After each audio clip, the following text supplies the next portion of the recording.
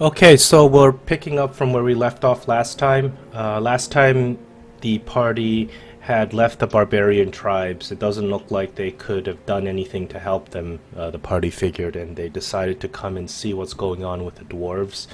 The party came down to investigate the dwarven valley of Kelvin's Cairn because there was some suspicious activity going on with rumors of these dwarves using this dark ice, black ice material to forge trinkets.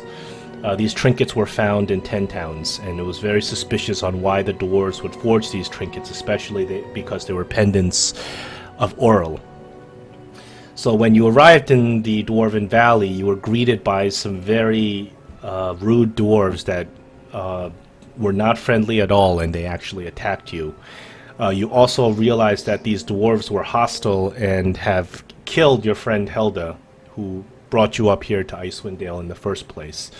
You guys are now standing outside the gate to the Dwarven Valley, and Hilda's body is impaled on a pike nearby, along with a few other bodies of mercenaries you don't recognize. You have these four dwarves that have been taken down recently.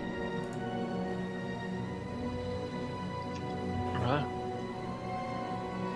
I'll go over to Helga's body and speak a prayer for her soul. Yeah, you realize that she was probably killed in a very violent way. You see that there's arrow holes in her body. She was probably killed before she was impaled, and impaling her was more like some sort of display. Are the arrow wounds from the front or the back? They look like they were from the front, like she was just blatantly just assaulted. They're arrow wounds. Alright, let's get our CSI on. Let's analyze particles from the wound and cross-reference them with a chart of the ore found in the region. I don't think we got much time for that before the rest of the dwarves come by. Besides, I'd like to get this body off to sleep. She needs peace. I agree with that. We granted it to those that we found attacked by the Yetis. She deserves it doubly so. Aye, strange weapons indeed. They look like the bloody same stones that are all covered in everything! I start raising up her body from the spike. You gently remove her body and realize that it's been dead for a couple of days. If her eyes are still open, I close them. Well, she's pretty stiff at this point. Right. It's only the cold weather that has kept her from actually rotting or decomposing. As are the other bodies. There are about 4 bodies of human mercenaries. That's what they look like from the way they're dressed. There's nothing left on them, I suppose. No, Barring their clothes. Yeah, they've been impaled pretty much just on their normal clothes. All their armor and weapons have been removed. Well, there's no way we can dig a grave for them in this frozen wasteland. So I suppose we should just burn the bodies. Hey, I'll get the oil out. Thank you, Lord Ironbelly.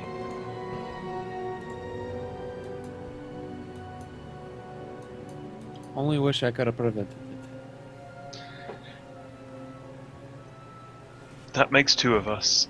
I was not fond of her, but she did not deserve this fate.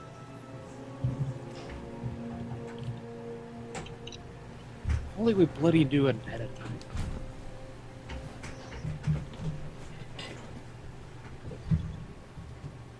There was no way we could have known. Her soul is with Tyr now.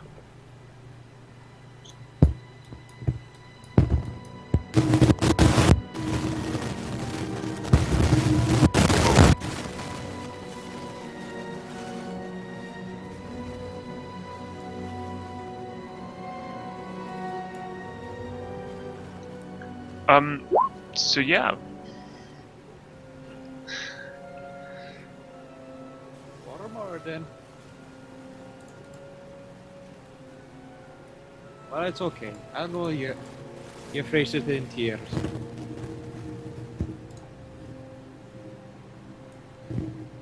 It's appreciated, Matilda. At least you can get a little bit of service instead of none at all. Yeah, I take the bodies and pile them up. I assume Schmigel pours out some oil. All right, you pour some oil and you burn the bodies. Alright, they should be coming in about maybe 20 minutes.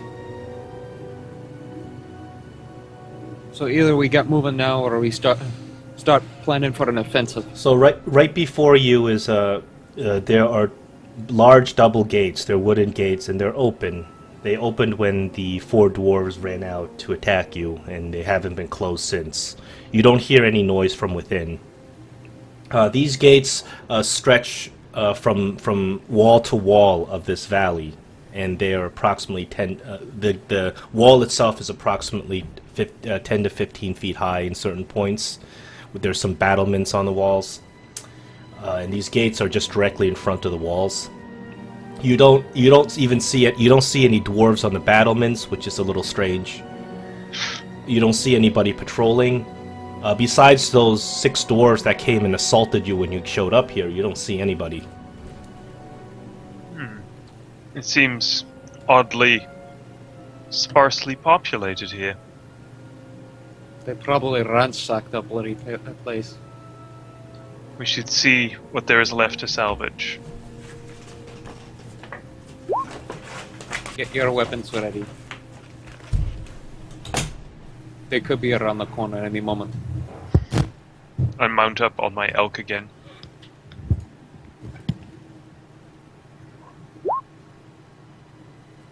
Sword out.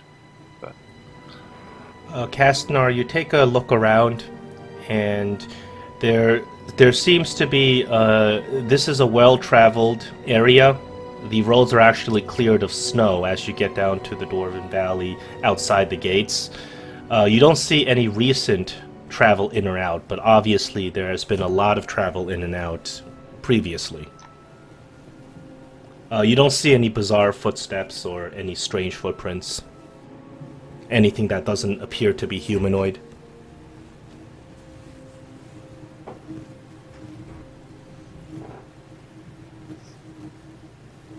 well, let's proceed with caution.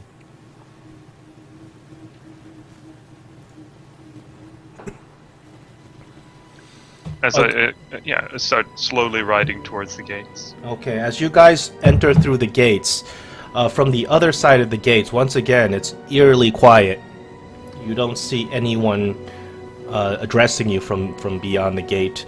The Dwarven Valley lies before you, and you can see it's about a mile ahead that you have vision, and it's completely clear. There's nobody there. There's no dwarves, humans, monsters, anything.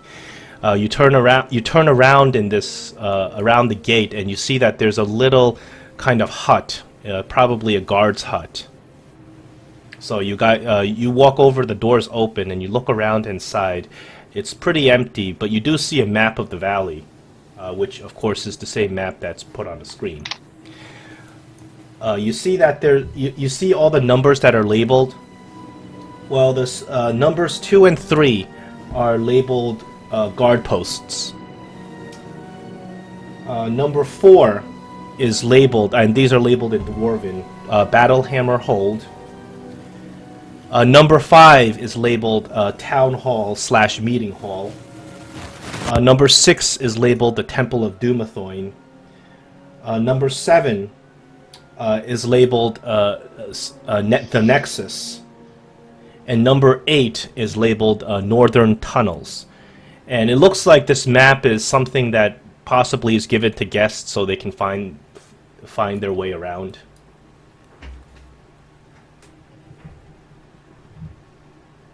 It's very helpful, obviously, since you guys haven't been here before. This map is pretty. It's pretty old. It looks like, and doesn't look like it's been updated. People look at it and go, who the hell calls something the Tomb of Duma Hall? No, the Temple of Dumathoin. Dumathoin. Yes, Dumathoin, the god Dumathoin. That's the creepiest fucking name I've ever heard in my life! He's a well-known dwarven god. Oops! Oh, there's a lot of static. Yeah, where's that static? It's from Daniel. Oh, sorry. Must be me,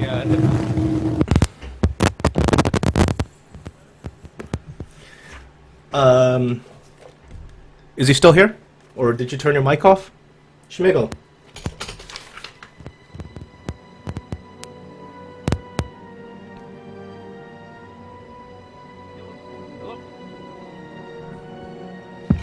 We can hear you very faintly. Hello. Live at 5. I can hear you, but you're faint. Yeah.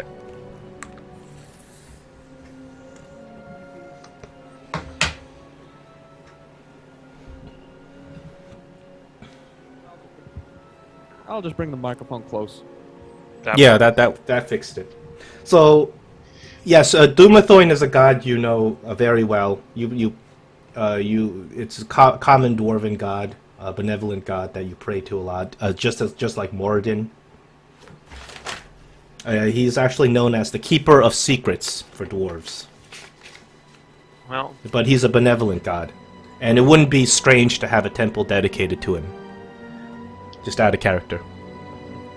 Yeah, just out of character, my head was going, hey, there must be some kind of god or something. Nope. Whoops. the temple might be where they keep records. I think it would be a good place to start an investigation. Might be a good idea. The place where the temple is marked off number 6. When you look at the scaling of the map, it's like maybe 2 miles away from where you are. The valley itself is pretty big. It's about 5 miles. And you realize that there's these little outcroppings from the valley itself, which is probably where the dwarves have carved tunnels into the valley. Well, looks like we have a walk ahead of us. Would you like a marching too?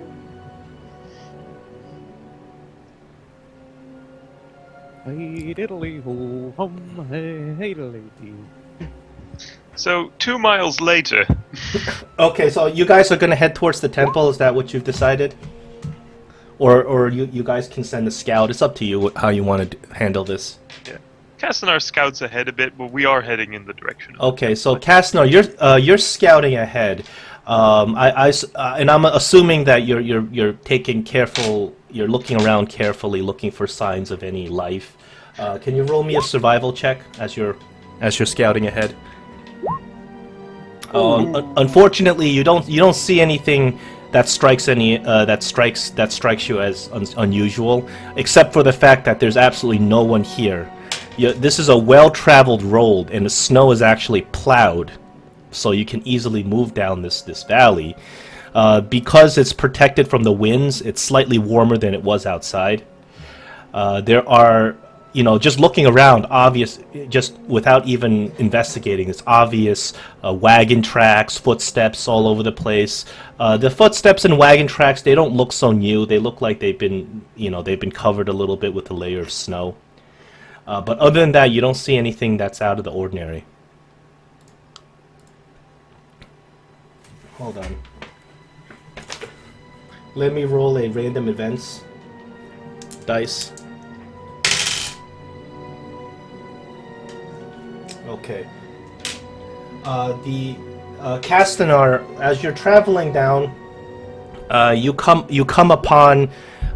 This is you see a dead animal on the ground.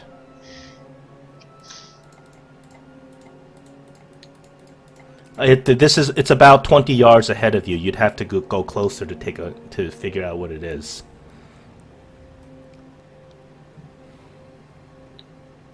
Careful! Don't trust corpses in this part of the world. Okay, you're about 10 feet away. It looks to be some sort of canine type creature. It looks like it looks like this creature was slain. There is blood dripping. There's blood just splattered out. The blood, of course, has frozen over time. You look at this creature.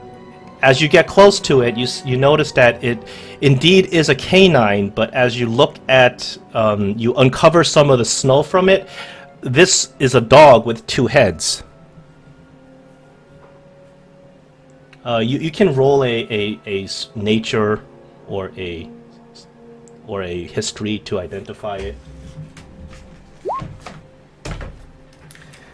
This creature is called a death dog. Pleasant name. Despite its very unpleasant name, Death Dog, it's a pretty ugly 2-headed hound. It is somewhat natural. It is a monstrosity, but it does kind of find a balance with nature, and it lives in the wild without being a menace or a monster. And oftentimes, these death dogs are taken as pets. It's not unusual, and even though these things are magical, evil, they're considered evil beasts. There are people who like to take these as pets, and they're not necessarily evil people. And these death dogs are well known for strong poison and disease that they cause. So they make very good guard dogs. So Death Dog has become Dead Dog. Yeah, so somebody killed the death dog. Nothing happens as you approach the body. It's stiff, and it's probably been killed quite some time ago. Death dog. But it's not obviously a living death dog that's hostile to you would not be something pleasant to encounter. It does not look like it's desperate for food or emaciated. It looks like it's well fed. And it has a collar on it too, meaning that it was a pet. Ooh, Somebody's is there a pet. tag? There's no tag. Does it have a name?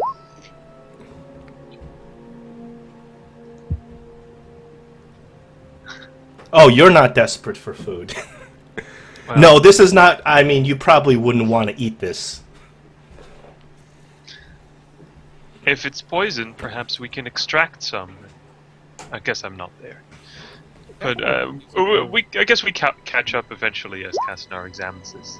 Yeah, you guys. You guys. Unless you're taking a signal from him not to get up there, you guys eventually catch up to him as he's examining this dog.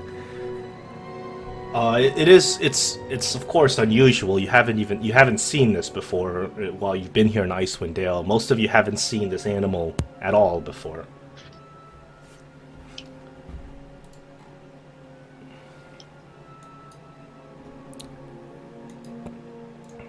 Well, I could examine it. See how is it clear how it was killed? Yeah, you can do maybe. I think you can choose a medicine or an investigation on it. Okay. Let's see what I'm better at. I guess it's going to be medicine. Slightly better. It was killed by some sort of blunt attack on it. You can see half its skull was crushed in. Can't tell what kind of weapon, but it was some blunt object. Somebody beat this dog to death.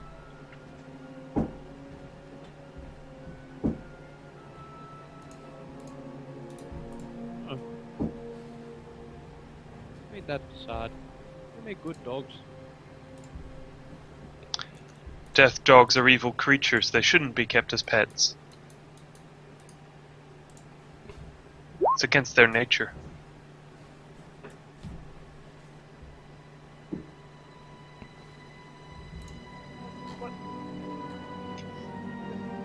All right. So, would you guys like to progress? Continue. Yes. Okay. I think we're ready to. So you guys come across over here. This is the first one of the little tunnels that carve into the valley itself. The tunnel is closed. There's a door on it. Obviously, the door is slightly opened, so it's not like it's locked or anything. You guys can just easily walk in, and you look inside, and it's not even lit. I mean, these are dwarven tunnels. In general, the dwarves keep their tunnels well lit. You look inside, and it's just completely dark. Keeps getting stranger. Oh, sorry. But this is not the tunnel we should go into. We need the second tunnel, according to the map. Well, it appears that these tunnels are interconnected, so you can probably still get there. Yes, but it would be more direct to go and take the second tunnel right away. Otherwise, we'd have to backtrack.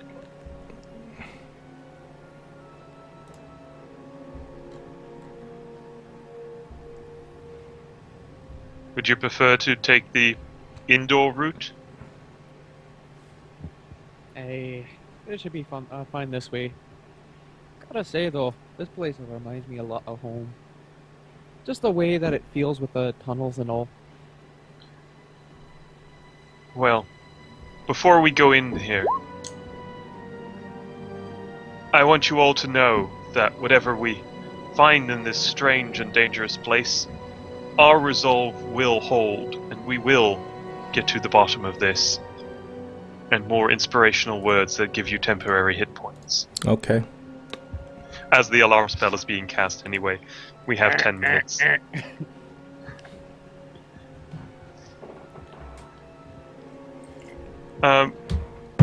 Is this... yeah, I think it's 8. I'm just checking whether it's allowed to do this again. Because I haven't used this feat in so long. You're allowed to do it. There's no limitation on how many times you can do it. There's only a limitation on how long temporary hit points last, because you have to do a short... It says that a creature can't gain these temporary hit points again until they've had a short rest. Yeah.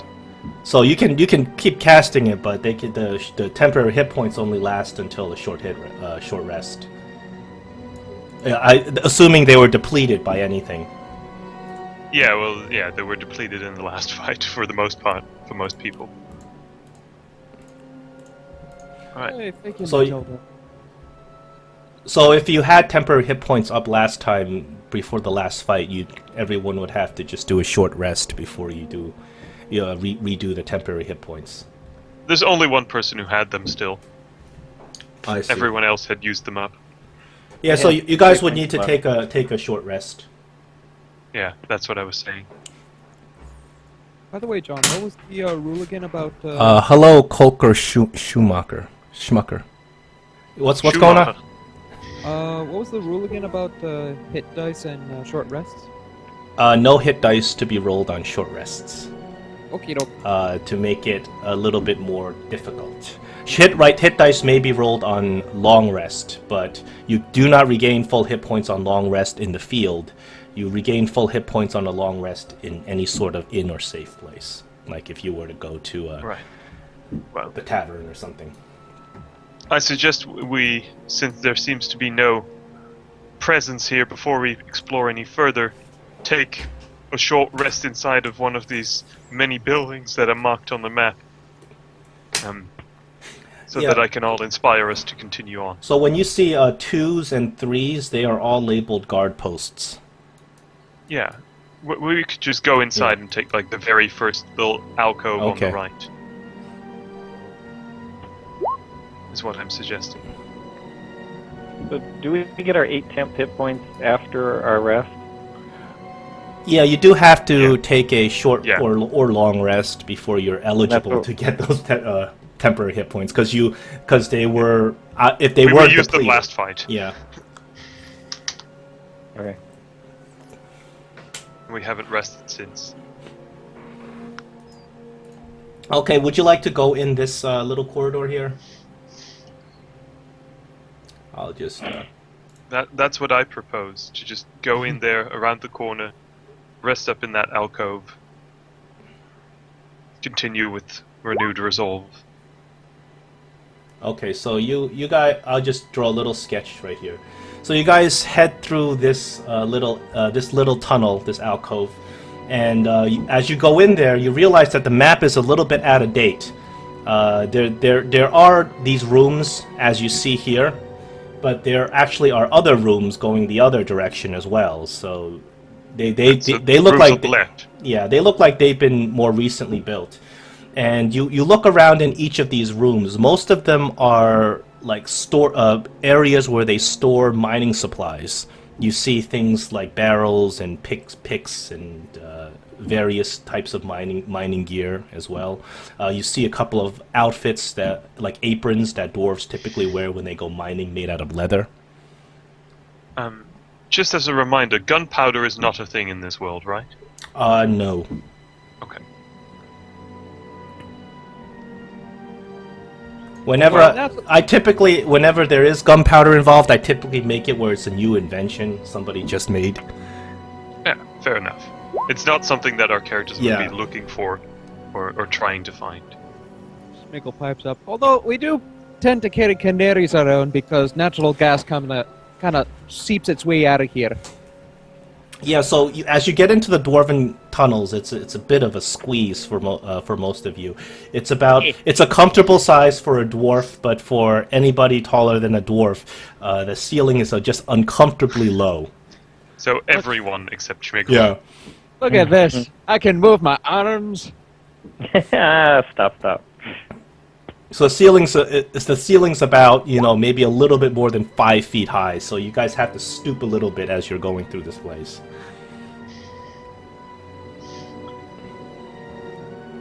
I hope that the rooms are taller than the tunnels. The rooms are a little bit better.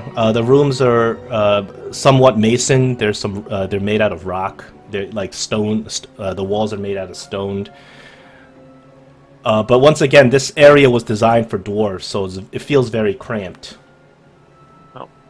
Nobody fart, okay? Not one of you. You might kill us all. Well, it looks safe enough here. Let's have our short rest. Alright, so you guys cloister yourself in one of these small rooms full of pickaxes. And you take your short rest. Yeah. And during the short rest, I do my inspiring speech. For 10 temporary hit points. 8 temporary hit points on everyone. Smeagol sharpens his axe again. Bloody things. I don't know how many times I bloody sharpen this thing. It never gets the right amount of pointiness to it.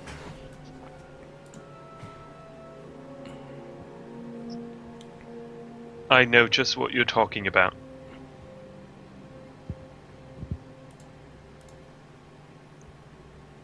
She says, but otherwise remains quiet after the speech, praying to herself and her god. Praying to her god by herself. It feels so nostalgic. I haven't been back in the home for a long time. Well, what you notice around here is, in general, the dwarven tunnels are full of life, well lit, despite their crampiness. You normally hear, at least even from a mile away, you can hear kind of dwarves yelling and screaming to each other, and so you're not used to having a dwarven place this silent. It's strange how there were people at the gates, but then none for miles. Oh, it's us dwarves. We like to hide in holes. There's probably... Those people at the gates, they couldn't be staying there, though. They must have come from somewhere. There was only a small hut there. Sometimes that's all a dwarf needs. They're resilient. Perhaps, but there were... how many? 4? 5? There were 6 dwarves. 6 dwarves there. They could never have all fit in that small hut. Is that a reasonable reasoning, or was that hut No, actually easy no, to dig?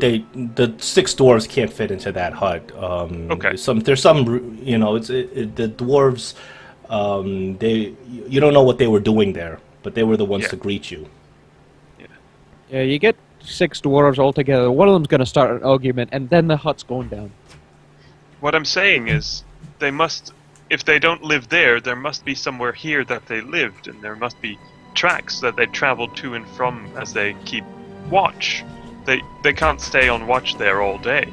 There has to be a watch change occasionally, That's if they're real dwarves. and they. Well, There must be a from place that they came from your encounter with them, although they were behaving very strangely, they from what you noticed, they were dwarves. Yeah, just Smiggle's just a little spooked from Yeah. when he saw the killing blow of the dwarf, and he's not acting right. There's just something strange about them. So after you finish your short rest and you get up and you're feeling a little bit better, less fatigued, let me see. Schmigel, Castanar, and Matilda, not Eldrin, the 3 of you hear this very high-pitched ringing in your ears. You hear it for about a minute, and you just keep shaking your head like trying to get rid of it, but it won't go away. And then slowly it just fades away. It's bizarre. This is the first time you've heard this. Someone's blowing a bloody whistle. What the hell? Eldarin, you seem unaffected. I don't know what you're talking about. That Affected whistle. by what? There was this noise ringing. Did my alarm spell go off and didn't tell me? No, it wasn't your alarm spell. No. Oh, The alarm spell you would have heard and we wouldn't, but this is the that's what I opposite. think. Smiggle comes up to Eldra and looks. You got any cottonwoods in your ears or something? No. What Have you makes been it cleaning your different? ears properly? I know It it's is- a big duty, but you got to clean your ears at least once a week. Maybe it's this cold affecting my hearing. I think it's these trinkets that we're carrying. I'm not carrying a trinket. I knew there was something right about these. But Castanar wasn't carrying any either, so that can't be it then. Out of character, I think this would be a good part where the doctor would just go insane carrying a bag of worth of them. Huh. It lasted for about a minute and then it went away.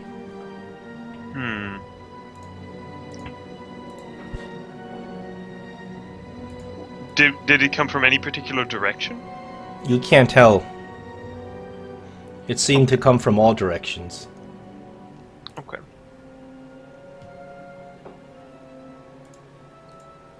But we are other than the sound unaffected? You're not. You don't notice any other effect, at least not that you know of, Okay. other than that sound. I mean, as long as we don't notice any effect. Well, that was unnerving. Let's make our way towards the temple and maybe some answers. Hey, something Okay. not right. Which direction are you guys taking towards the temple? Are you swinging around, making your first left, or are you going to go down and continue down? Lord Ironbelly, what do you think is the wisest? Like here, swing down, or continue around here? Let's continue around the oval path. Okay.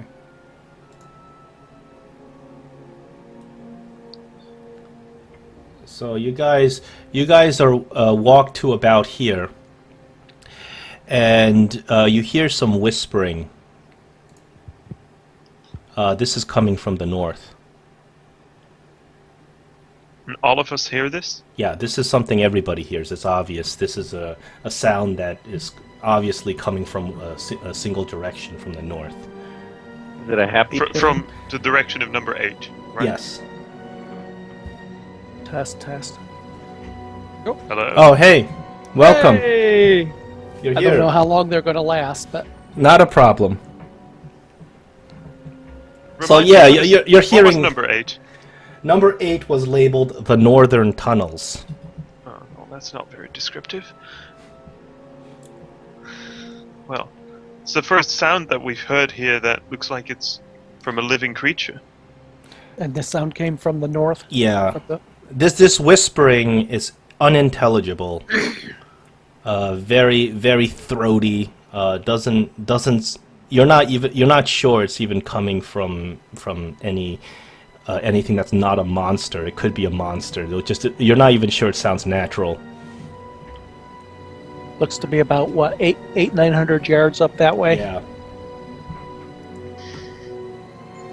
Should I go investigate? Or should we continue toward the temple?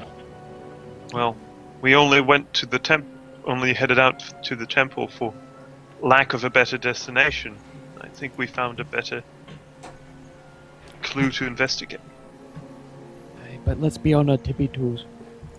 Clink, clink, clink, clink, clink. Yes, as Mathilda and Schmigel clank on. Okay.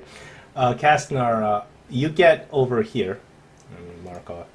You get over here, and you can see that this tunnel ends in what appears to be some sort of metal steel door. The door is completely sealed and shut. The door has a circle on it, right in the center of the door, and you don't see any handles or locks or anything that could reasonably open this door. It's got this circle indented inside the door.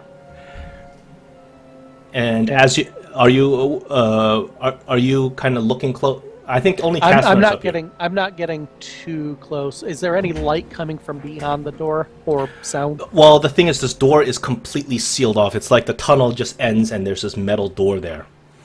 There, as you look, do you read dwarven?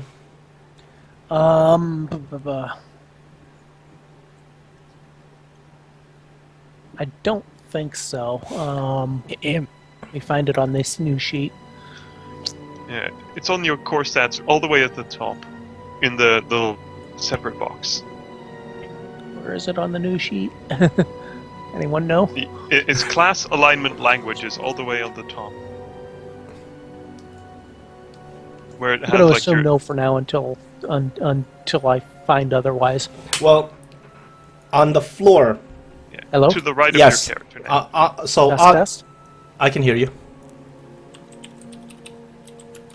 So on the floor before this sealed door, there is written a message in dwarven.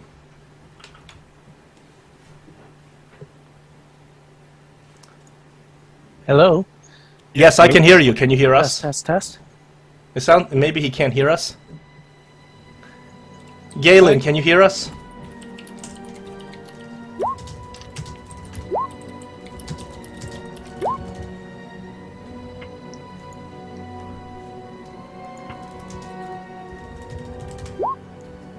Okay. Oh well.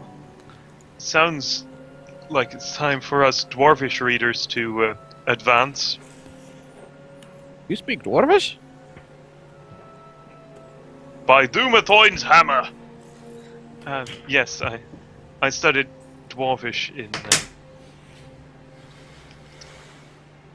in school, actually. My father thought it was important that I learn languages. Hey, Hakan Sibekol. It's a Dwarvish greeting. Yeah, I reciprocated. I'll respond too. You speak Dwarvish too? Yep. I'll be damned. Okay. I'm not getting sound We can hear you. Can you hear on us? headset or speakers now. We can hear you clearly.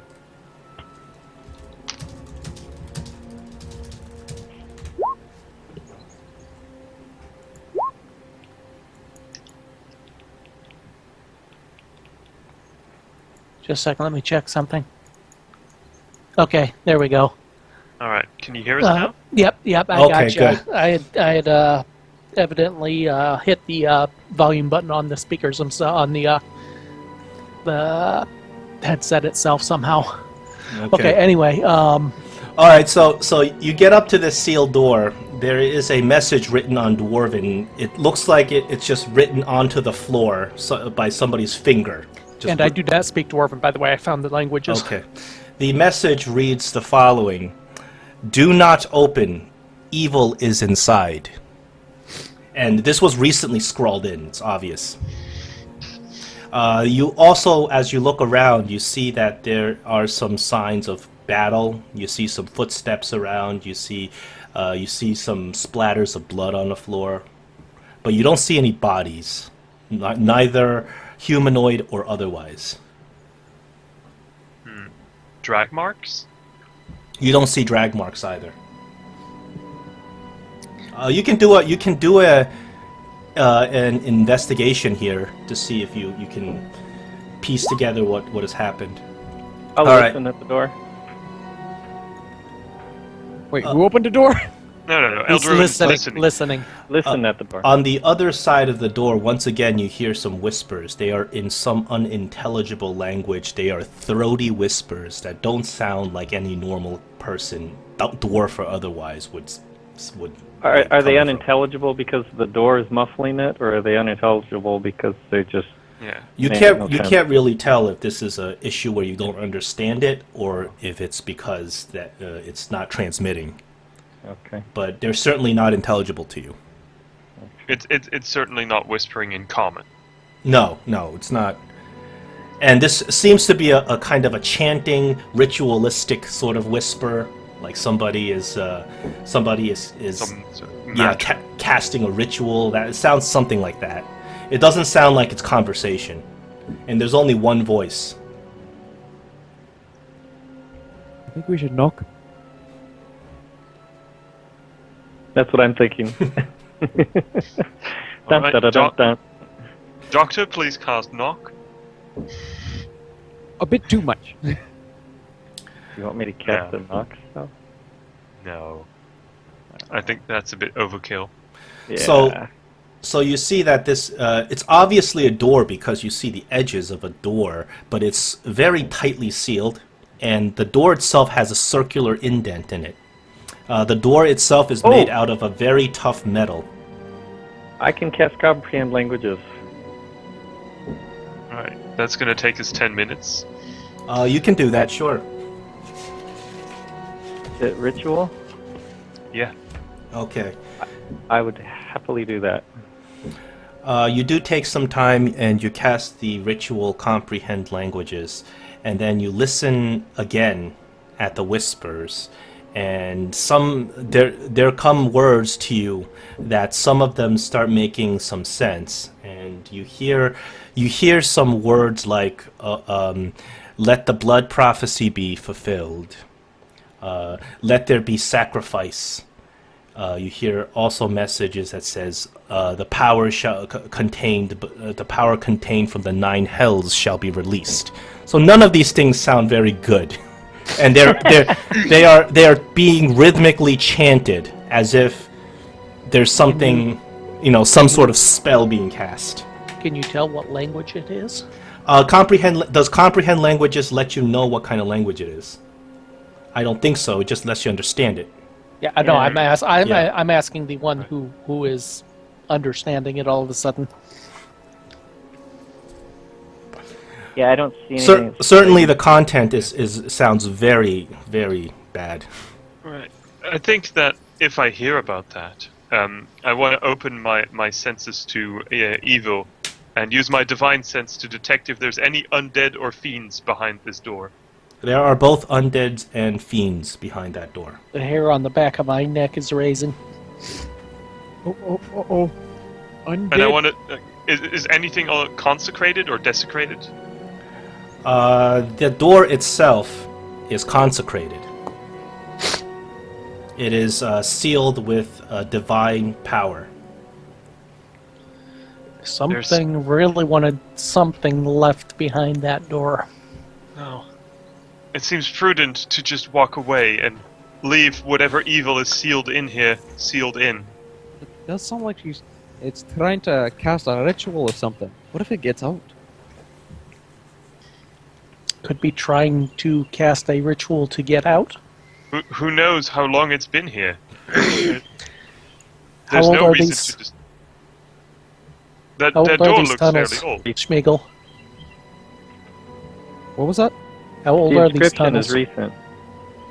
Schmigel doesn't. Schmigel, you don't necessarily know much about this valley itself, but looking around in the tunnels, this exact area looks like it's pretty old. Schmigel, just from you looking at the rock and with your proficiency.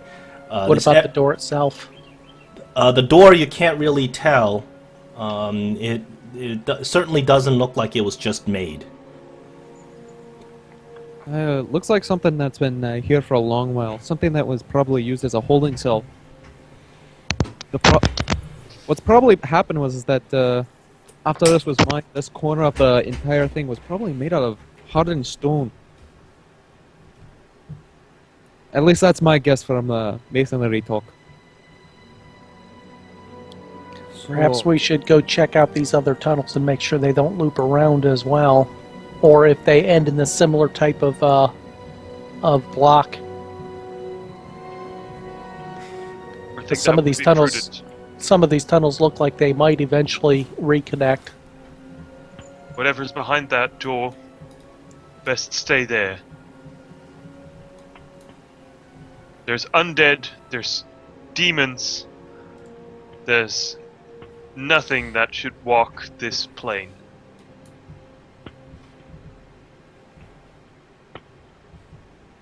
By the way, who is this that's injured here? Oh, that's me. Yeah, I believe you were slightly injured from the last battle. It looks like more than slightly. Should I let me aid you a little bit? I just realized you had been injured. I'll use one of my castings here to Oh, this gash in the side of my stomach? That's nothing. It's been like that for years. Oh, that there you felt, go. That felt amazing. Oh, I just realized now that I must have definitely left my giant elk outside because it would. I would It assume wouldn't so. have No, it won't fit in these tunnels. Yeah.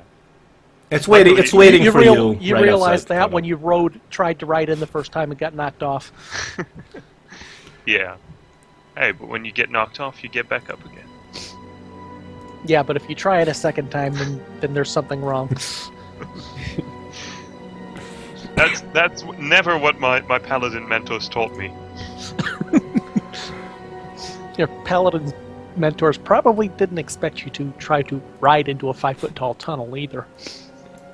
you're much Then safer with a donkey. again, with those helms and all that metal you wear, who knows? You might have would have had a safer bet with a donkey. Well, at least he'll be able to alert us if anything tries to enter the tunnel. He's smart enough. I thought that's what we left the doctor behind for. Oh, we left the doctor behind? I was thinking it was quiet here. Or maybe he just wandered off somewhere for the time being. That's a pretty cabin. I wonder what's inside of it. I agree with the idea that we should check out the other tunnels and make sure nothing loops around. And that passes us by your temple as well. And maybe there's information in the temple about what was left locked behind here too. Indeed. If there is information about demons, the temple to Dumathoin, the Keeper of Secrets, is likely to have it. Assuming they didn't deem it to be a secret worth sharing. At least it's a secret worth keeping.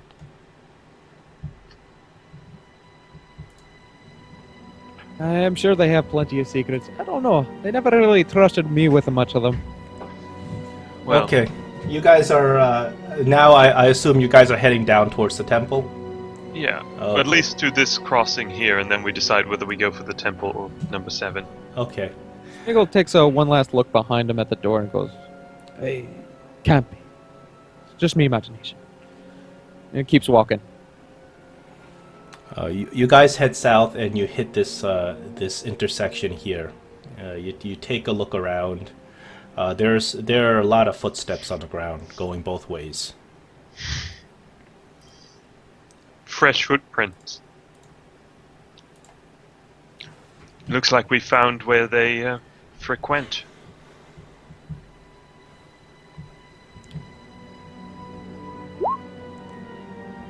Let's make sure there's nothing behind us and then proceed forward to 7. You look at these footprints and it appears that all of these footprints are dwarven. You can't tell much more than that. And they're going both ways, and there's a lot of footprints. Let's see if I can maybe point out which ones are most recent.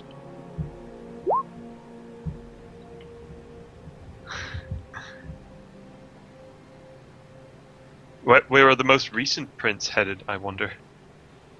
You see that there are some fresh-looking footprints that are headed towards the temple direction, away from 7 towards 6. Okay. Looks like the freshest prints are heading towards the temple. We should be on our guard.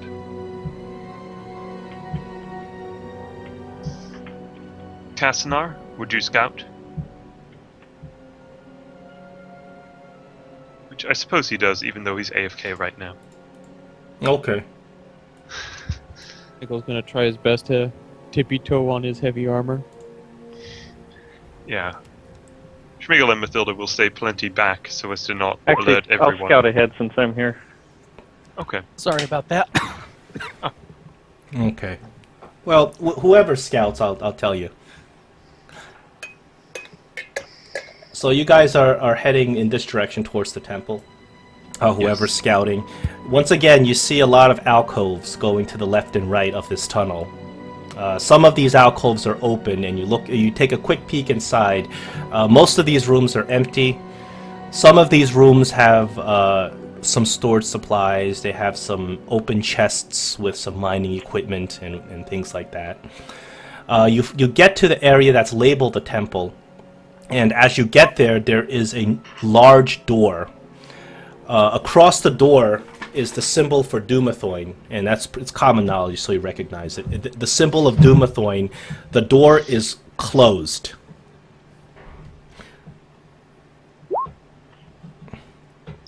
Alright. Alderaan is having a listen.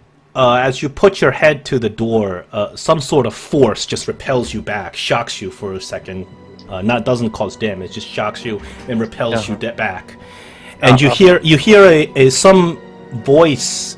It doesn't seem to be coming from any particular direction, and the voice says, "The temple is sealed." And you just hear this voice.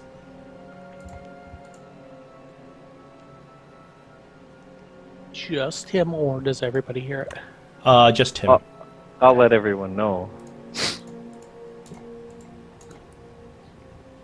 We'll go up to the door. You go up to the door. If you get really close or touch the door, some sort of force or some sort of magical force just repels you back. And once again, you hear the temple is sealed. Only the worthy shall pass.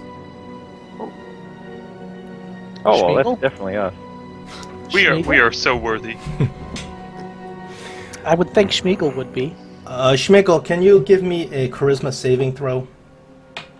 Christmas saving throw. Woo! Perhaps I am more worthy. Maybe just a bit. You feel something just penetrating into your thoughts. You can actually feel this, some sort of presence. You don't know what to make of this presence penetrating your thoughts, and this happens for a few moments, and then you hear this voice again, and the voice says, "You are not worthy." You may not pass. Okie doke.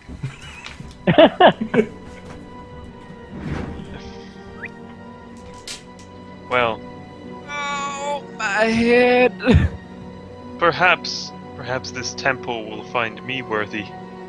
I got the worst headache ever. I'm going to stay well back. Okay. You can as you approach the temple, the same thing happens. As you get close to it, you hear Yeah. something say. I speak at the temple, or I don't know if it's a conscious or just like a looping ability, but I'll speak. I request entrance to the temple in Dwarven. I need another next charisma saving throw. Right.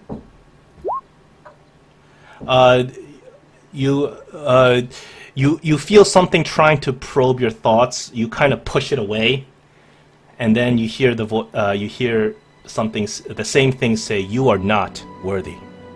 You may not pass." How can I be worthy? Who is worthy? Whoops! I'm sorry. There's some bug crawling on me. The temple starts mumbling something about a bug. Yeah, you don't get a reply as you say these things from from whatever voice that was. My head. But this door appears to be magically sealed. When you try to go and touch it, it repels you back every time you try to touch it. And there's a faint glow on the symbol of Doomathoin. If only we had the doctor to dispel this magic. Wait a minute. I thought Eldrin could We do don't that as have- well. I don't No? have the Okay. spell magic. Hold the phone, Chuck. Perhaps it's keeping us out because we got secrets that it doesn't know about. So what are you saying? Oh, I figured you and I both have something that we don't have. We keep secret to ourselves sometimes. So We all keep perhaps- secrets. Hey. Well, which one? Bill thinks to himself, hey, I know I've told that one. That one's not impressive.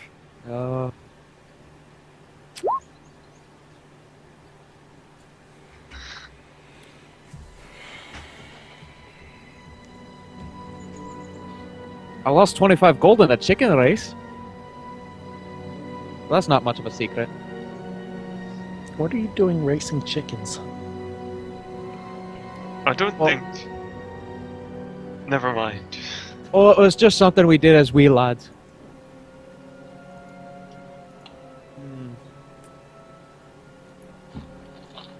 Well, if the temple to Doomathoin only allows in those that are worthy, who would Doomathoin consider worthy?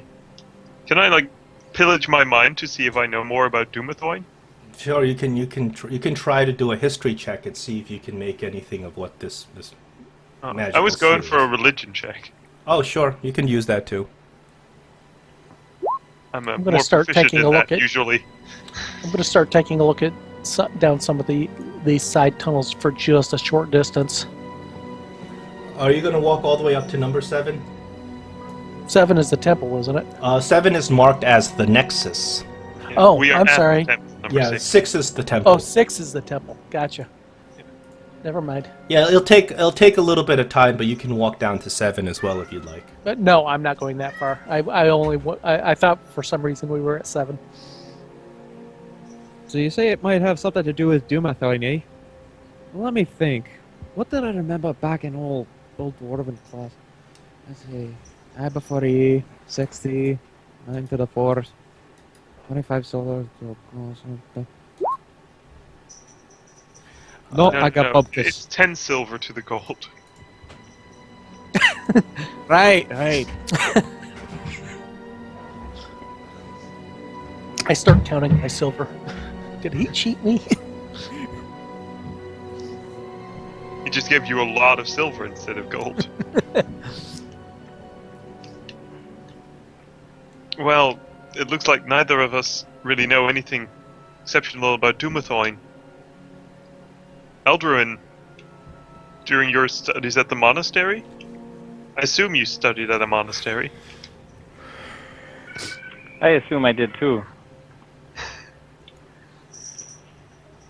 We all assume very much, but is it true?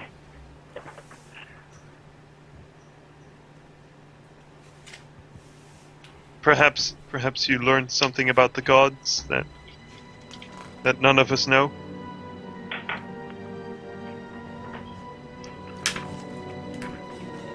We'll see. Wait a minute. Oops, first one.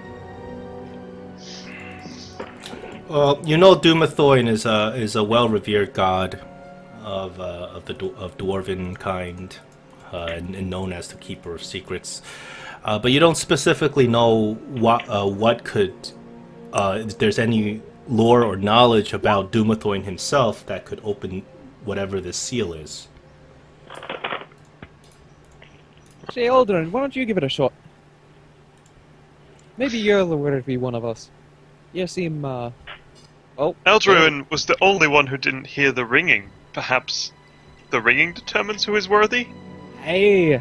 I was the first one to get pushed away from the door. Yep. Hey, you don't hear it in your head. That might be the good thing. Yeah. So, what are you going to try to do?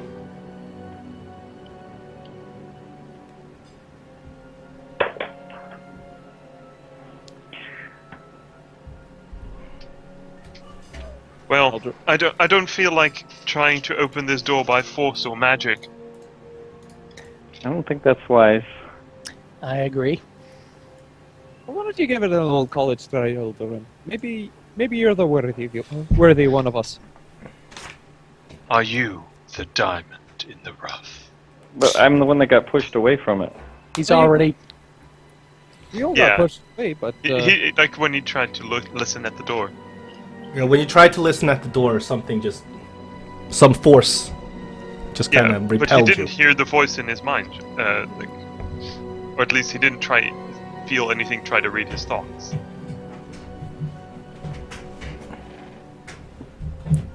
Would you like to try again? Sure, I'll try again. You get up to the door again. Once again, as you get towards the door and you kind of feel around, seeing if you can try to open it. You do hear the voice in your head. It says this door is sealed. It opens for those who are worthy. Matilda, is this is there an evil presence here? I need a charisma save from you, Eldrin. That's encouraging. Oh, not bad. Okay, you feel something probe your thoughts, and you feel it get really deep into your thoughts, and then you hear the voice again. It says, "You are not worthy. It is only he who bears the ring of the dwarven fathers who is worthy." Ah! It tells you a little bit more information than it told the others. We need the ring of the elven father. Dwarven father. I'm sorry, I said elven by Okay, mistake. my preference, sorry. I'm a little biased. Where are you gonna find elves up in here? I had an elven father. No, wait, I had an elven mother. Right here. No. She's dead. We have to find a ring. Oh. It's a long time ago. It's alright. I'm sorry to hear. We must find this ring then, if we are to find out what's happened in this temple. I will open my senses to good and evil to determine if something You unholy is going feel on. a strong celestial presence from beyond these gates. Very strong. It's something Well- that you have not felt any sort of celestial presence to this degree ever. Wow. I will yell out in Celestial. I request that you open this door. And you wait a couple of seconds and nothing happens. It was worth a shot.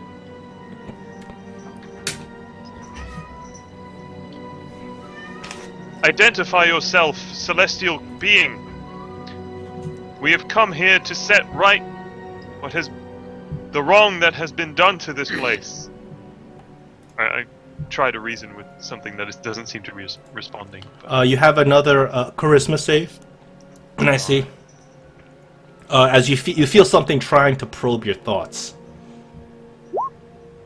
But you shake that presence off, and then once again you hear, "You are not worthy."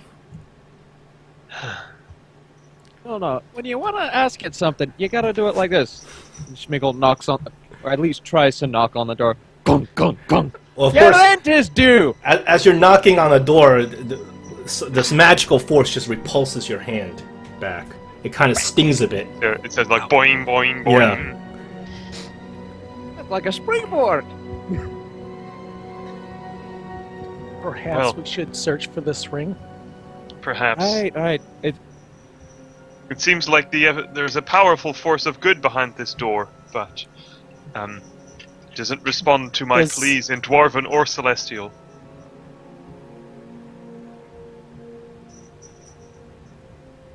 But it seems prudent that we find a way to access a force of good as powerful as this. It's unlike anything I've felt before. Well, that's encouraging, at least. It's pretty much the opposite of what you felt at number 8.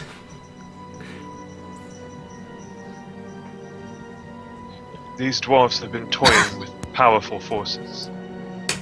Let us get to the bottom of this, and I suspect we might find a clue over at the Nexus. Would it be more close to the town hall? That's where the... Well, you see, number 4 is labeled Battle Hammer Hold, and number 5 is labeled Town Hall. Which is across the valley. Yeah. Town Hall or Meeting Hall, they mean the same thing in Dwarven. Well, let's go to number 4.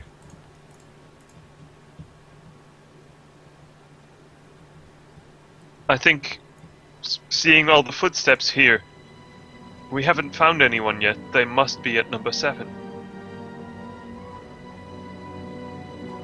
Hi, anybody safe?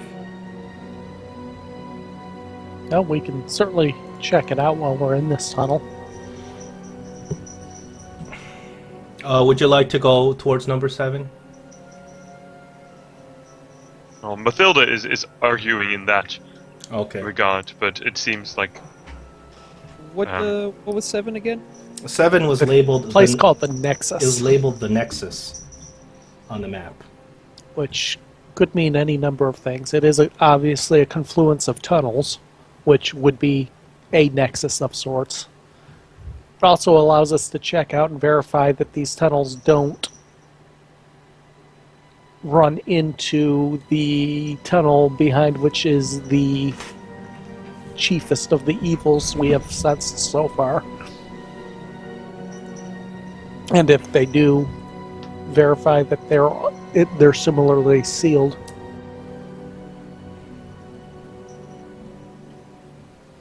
Alright, well, sounds like a two good of my plan. divine senses. Cool. Okay, so I'll lead off in that direction. Okay, Kastnar, you're walking ahead, and as you get closer and closer towards the area of the Nexus, you see a lot more footprints on the ground.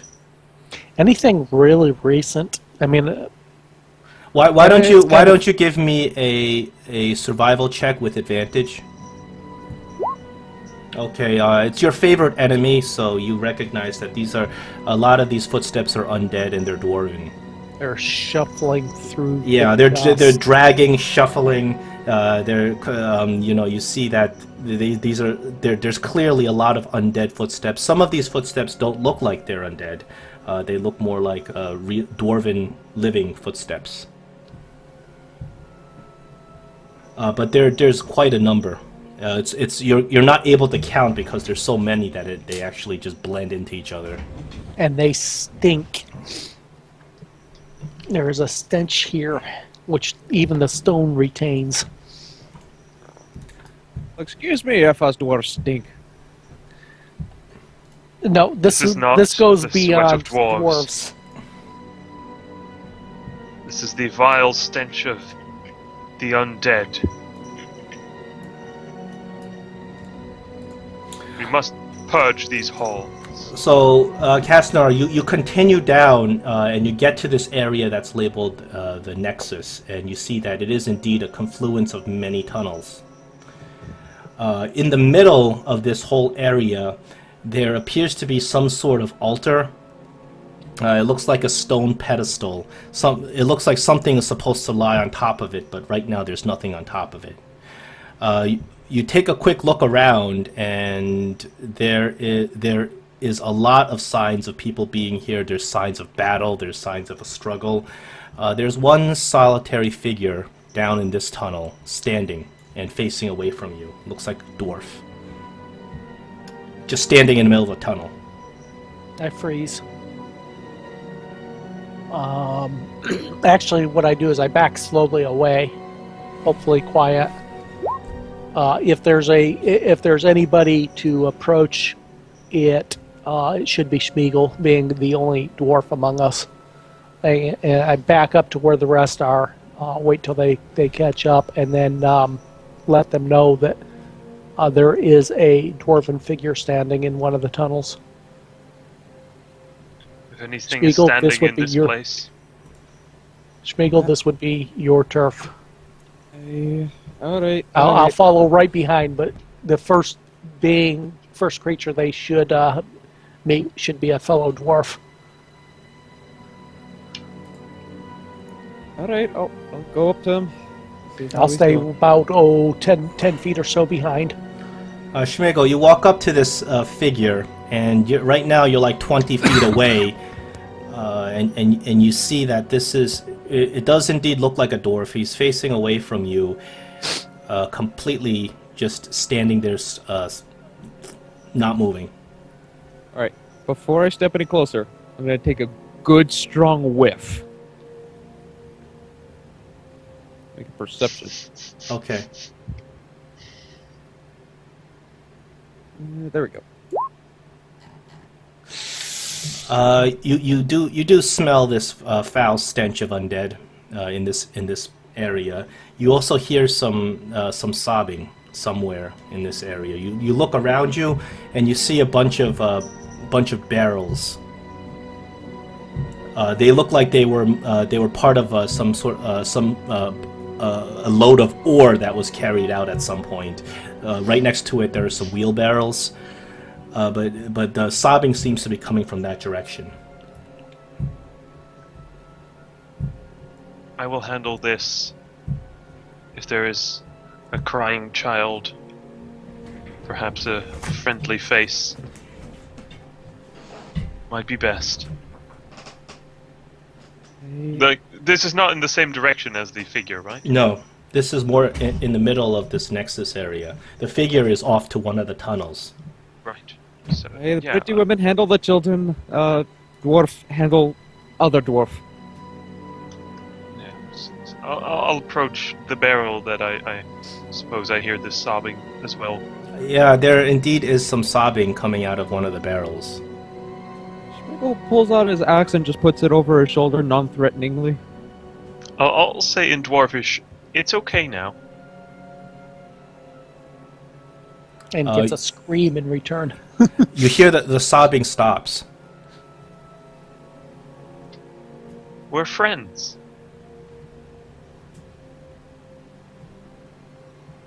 There doesn't seem to be. My name is Mathilda. What's yours? You don't get any reply. Mathilda, stand back. No. Mathilda? I'm okay. Schmigel, as you guys are kind of investigating this barrel, that figure over there, you see him slowly turning around. Schmigel, deal with that. Yeah. Oh god. The figure turns around, and you can see that his eyes are sunken in. He has this faint blue glow in his eyes. It is a dwarf, but he looks like an empty, hollow shell of a dwarf. And he just looks at you for a couple of seconds, and then he runs over, and he attempts to attack you. I was going to Just say, as he's I had my running bow up, I'm ready. Just roll an attack. Da-da-da-da-da. Could I fire an arrow as well, since I was Yeah, only feet yeah. behind him? Well, unfortunately, it was quite a shock to see this undead dwarf as he turned around. So you missed, but Schmigel, with one fell swoop, you just chop him down. No initiative. Back my You just, arrow out of the air. Out of the air. you easily At just feet. you easily just chop this dwarven zombie down, and he crumples to the ground. You're Oh, safe boy. now. You can come out. Whatever's making a sob inside this barrel seems to have stopped once you start talking to the barrel. All right. I'm gonna open the barrel now. Don't be afraid. Careful with your eyes. They like to hit you in the eyes. What's they? I ignore Schmigel completely. But somewhere in my mind, something he says registers, and I make sure to lower my visor on my helmet. As I they take the lid off the barrel. So, as you take the lid off the barrel, a loud shriek just comes out of the barrel, and there's some figure inside, and there's a big sword comes at you. I'm just gonna roll one attack on it. I'm sorry, it's not a big sword. It's a short sword. Okay. A short sword comes out stabbing at you, but of course it doesn't hit you. This short sword comes out, and then you hear this scream: "Get away! Get away! I'll kill you all! I'll kill every single one of you!" Whoever's inside is at least speaking the common. He says this in dwarven, of course, but at least is speaking. And he tries to stab you out of this barrel, but he misses. And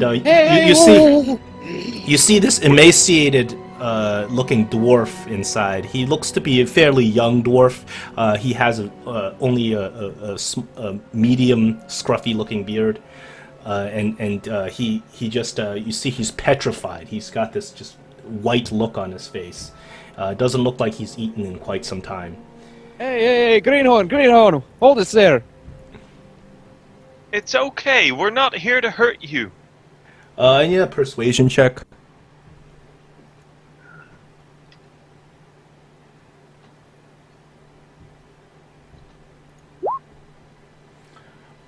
That's a very good. So you did a great persuasion check. So this figure calms down a little bit, and he puts his sword. He drops his sword, and he looks at you and he says, "Really, it's been so long. It's been so long. Where are my friends? Where is everyone? Oh, what has gone on? Hold it, don't friend, know hold yet. it. The madness! The madness!" Shh. Hey. My name is Mathilda. What's your name? He hesitates for a second, as if he's trying to actually remember what his name is. He says, Palidron. My name's Palidron. Granthilhim. He says, Palidron. Can you tell us what happened here? "The undead. We were set upon by undead. They killed them. They killed all of my friends. I hid here. I don't know how long I've been here. I've been eating the rations inside this barrel. I don't know how long I've been here. Oh, the gods. Oh, Moradin, what has happened to my people?" Who set the undead upon you? I don't know. The dead, they walk. We bring them down and they get back up. This Schmigel, place is make cursed. sure that one over there is never getting up again. All right. Chop. For some reason, she seems to Chop. do away with Chop. the formalities that she usually adheres to. Jesus Christ, this. And It's you sticky. as you bring, you chop this zombie up into several pieces. Right now, there's no signs of him moving again at all. Just a completely dismembered body on the ground. As you bring the light up to this barrel, and you see this. You see Palidron.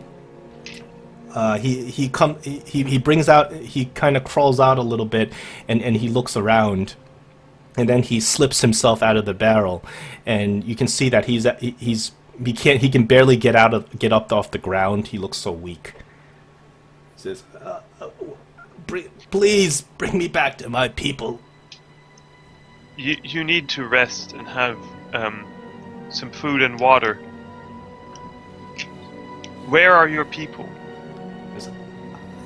I Do you have don't anywhere know. to go? He says, perhaps they went to Battlehammer Hold. He says, I'm with Stokely. He says, not Barrack.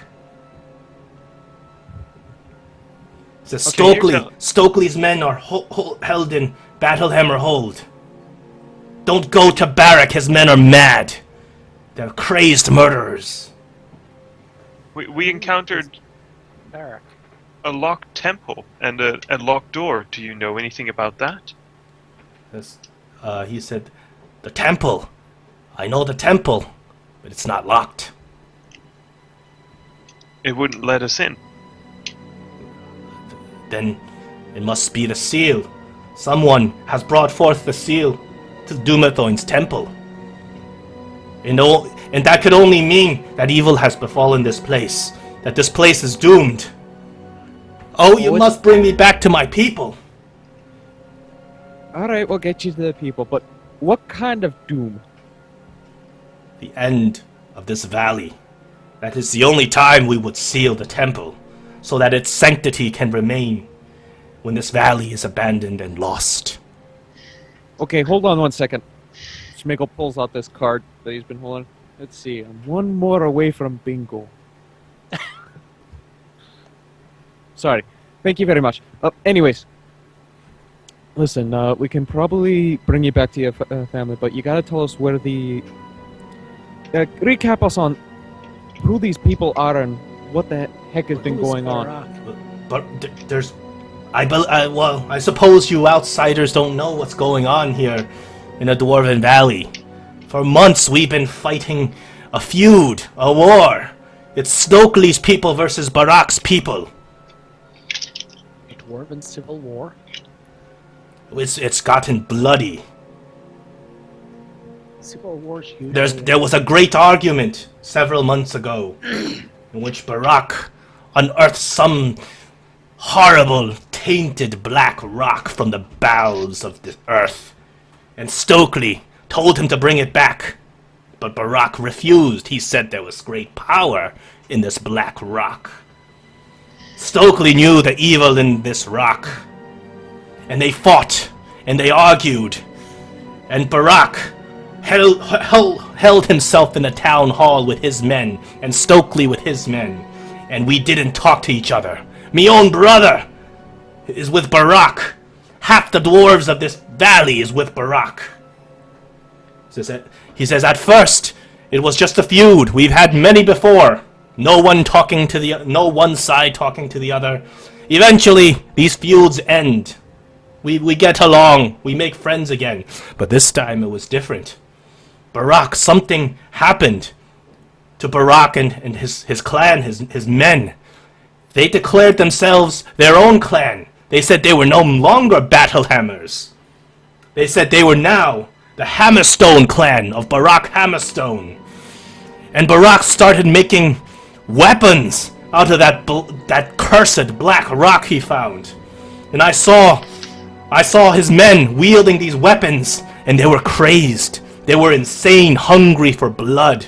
Even the women of Barak's tribe had gone crazed. They were on a murderous spree. I hear that they suffocated their own babes in their bed. For what better reason than to...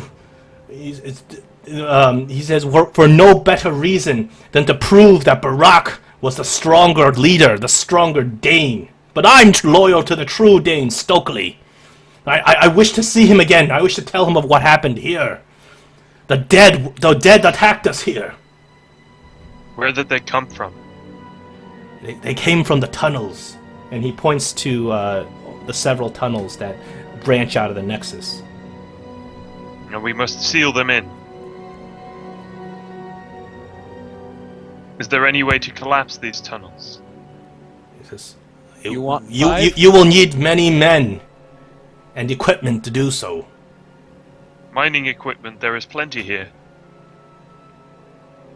Yes, but I don't know anything about collapsing tunnels. we were 200 dwarves strong, and then slowly they started taking us. Either they joined Barak's clan or they were killed, one by one, over undead. several weeks. The undead did not attack those of Barak's clan? I do not know what has happened of those of Barak's clan. They would not even speak to us. They called us pretenders, untrue to the true Dane, which is Barak. But he has no claim to the throne of this valley. He is the usurper. This black stone. He didn't happen to unearth it in the northern tunnels, did he? But Barak unearthed the huge ore of this black stone. It is cursed. We never should have touched it. We should have listened to Stokely. But Barak, Did he he is get it crazed from- with power. Did he get the ore from the northern tunnels? Aye, some of it. And Stokely had it sealed. Never to be opened again. There's darkness, there's evil there. And yet he found more. He had unloaded about 5 tons of it before we could even seal it. His men had controlled that tunnel before we took it back, but only shortly, only so we can apply the seal. And this is the same stone that's being sold all over the countryside now? I know not what has happened. I've been in this damned casket for too long.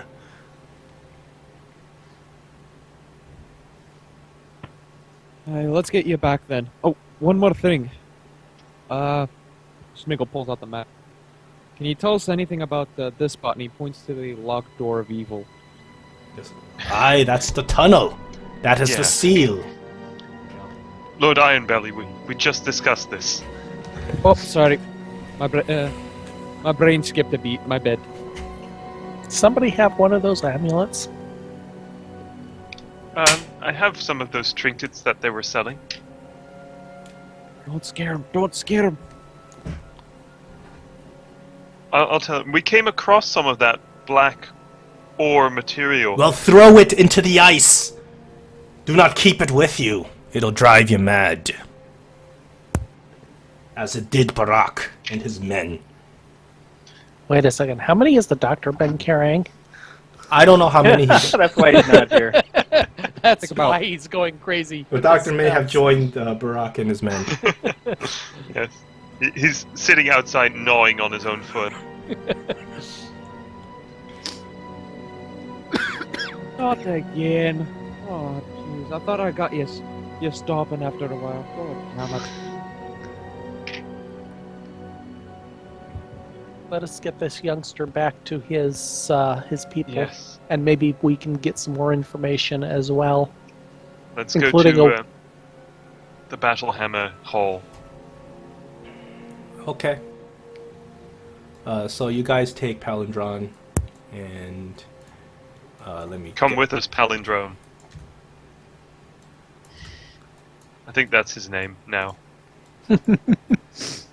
Okay.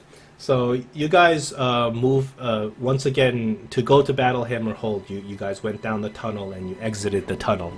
And you went south a little bit, and you see that as you get to this tunnel over here, you see that there are 2 dwarves guarding this tunnel. You guys can see them. They really they're not looking at you, but they seem to be on alert with their weapons drawn. You guys are just north. Okay, well that's a healthy sign. Yes. I'll Again, take care I of think it. Schmiegel should. Yep. I'll walk casually up there. Hey, friends! These dwarves look at you suspiciously, and they say, "Hold ye! Aye. Who are ye? Schmigel Iron Belly. Ah, tell me, Schmigel Ironbelly. Who is the true Dane of these here valley? Stokely. Stokely. They look at each other. You know, they start. You see that they're having some sort of private conversation. They whisper to each other, and then they nod and then they approach you. As you look at these dwarves, they are not as well armored as the dwarves you fought when you came to this valley. They're both of them are wearing just the top side of a chainmail, and they're wielding. Each of them are wielding an axe. But it's an axe made of metal, right? Yeah. Not black ice. No, not like the guys from the top. These guys don't appear to have any black ice on them. Okay. And they come up to you and they give you a once over. They're like, "We don't know ye." And I don't know ye. And then they look at you suspiciously, and they look at your companions even more suspiciously. "Outsiders, what you doing here in this cursed place?" How great in Dwarvish. Despite greeting them in Dwarvish, they still look at you very suspiciously. I'll chime in Dwarvish. We came in, we found your friend lost inside of a barrel. We was hoping we could bring him back home. Palindron runs towards these two dwarves, and then they actually draw their weapons. They get back! Get back! If you may have the taint on you. Oh, And, no. Palindron says, "No, it's me, friends, it's me. Come on, don't you recognize me? I don't have the taint." He says, "How can we be sure?" He says, "Please, just let me in." Would you like a paladin to look him once over?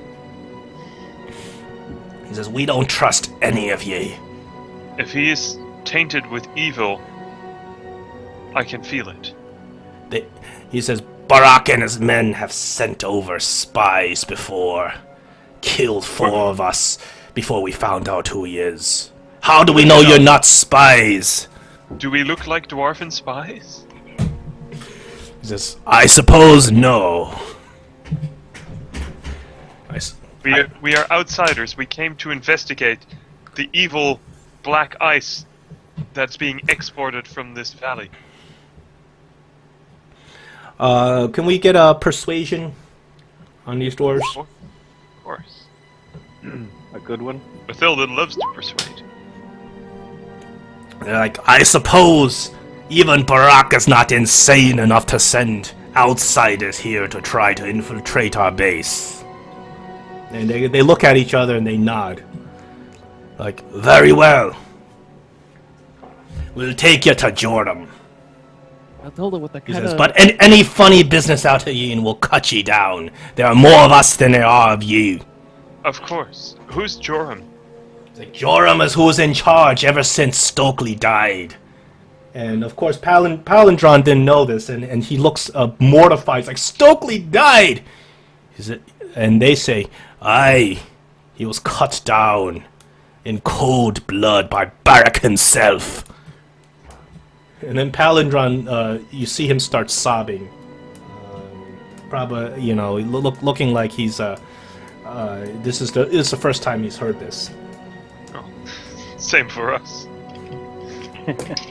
So the dwarves, one of the dwarves bangs on the door, and the door opens up, and you can see on the inside there's 6 more dwarves, all armed to the teeth. But they have a side conversation, and the dwarves allow you through.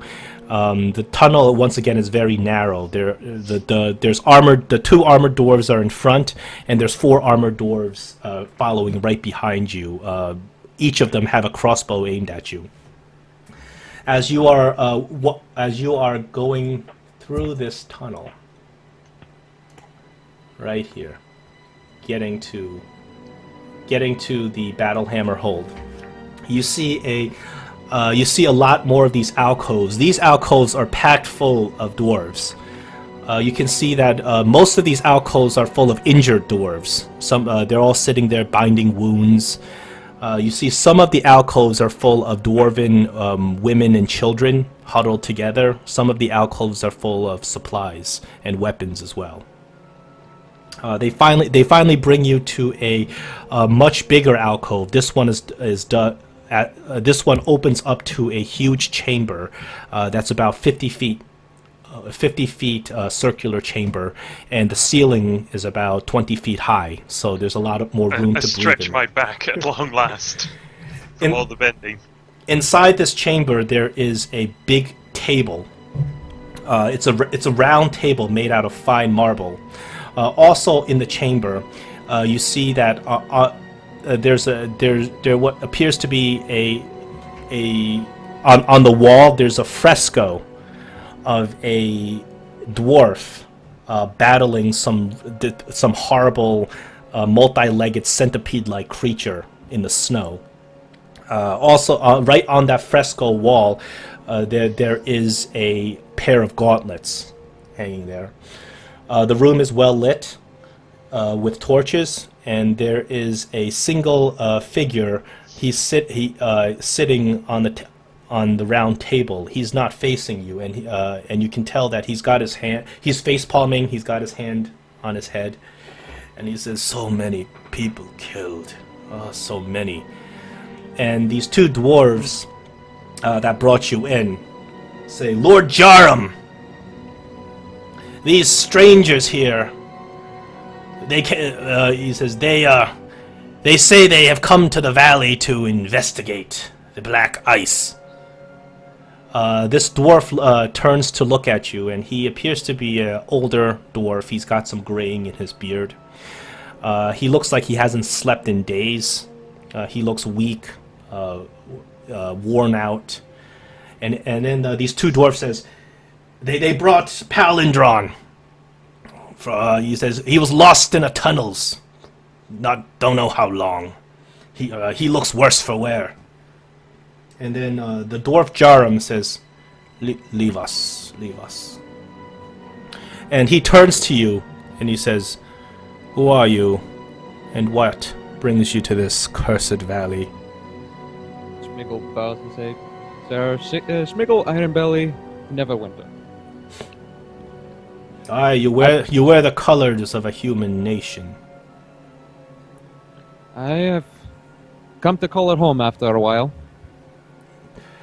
Well, we had once called this place home, but appears we shall not for much longer. I am Joram Silverstream. Says I am acting Dane of what is left of our people. And he just looks at you with this just great sadness in his eyes. Says, "You've come at a very bad time. We are just planning our way out of this cursed land. It appears that we can no longer hold it."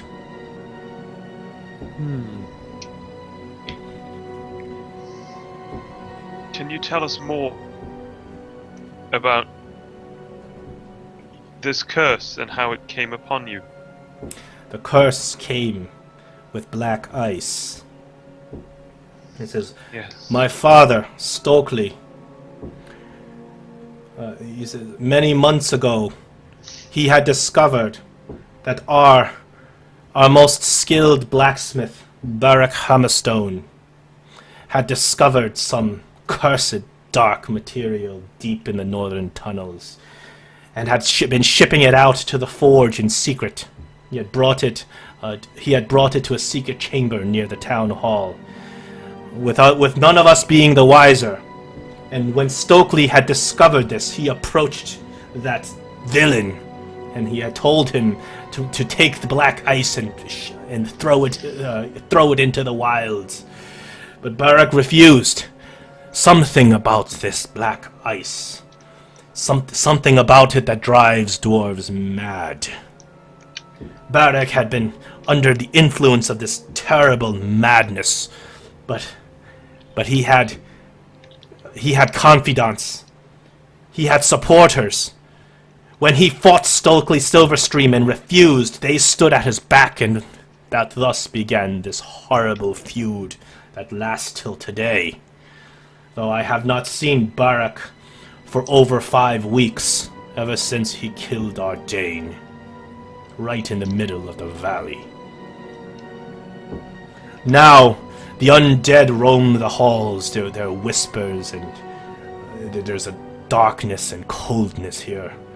We barely have a dozen dwarves to defend ourselves. We have women and children. We cannot stay here. Barrack's men, they are unscrupulous. They kill everyone. They do not care if you are a dwarf, if you are a woman, if you are a child, if you are a babe. They will kill you. They are mad, driven insane by the curse of this foul black ice. Then we must destroy the black ice. Don't you think we've tried? No hammer can break this ice. I do not even know how Barak forges it. He makes weapons and pendants and armor out of this ice. We know not how he even works it. If it cannot be destroyed, then we must either learn how he works it or cast it back from whence it came. He says, if ye have the stomach to brave what they now call the halls of black ice, ye can go, but I cannot guarantee your life. Many dwarves have attempted this. They have all died. None have returned. It is what we once held as a great mead hall of the Kelvin's Cairn, the great town hall, they now call the Hall of Black Ice.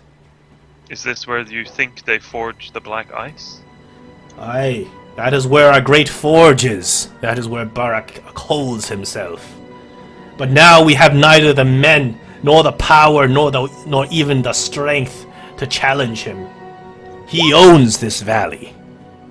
And we are but trying to survive, and trying to find a time where we can escape. All we need is a guide. Someone who knows these tunnels, who knows these people. Is there one among you still who could help us? He says, I can supply a guide if you'd like, but I doubt that any dwarf would be willing to traverse into the halls, knowing what has succumbed Barak and his dwarves. And he says, yes, keep the black ice off of you.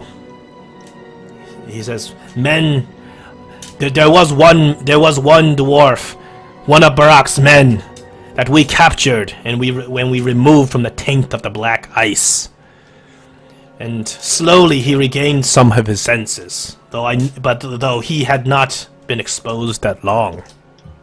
I know not what happens with long exposure to this material. Schmigel sweats intensely. Well, it seems more and more likely that we should cast off the pendants that we collected. Lord Ironbelly.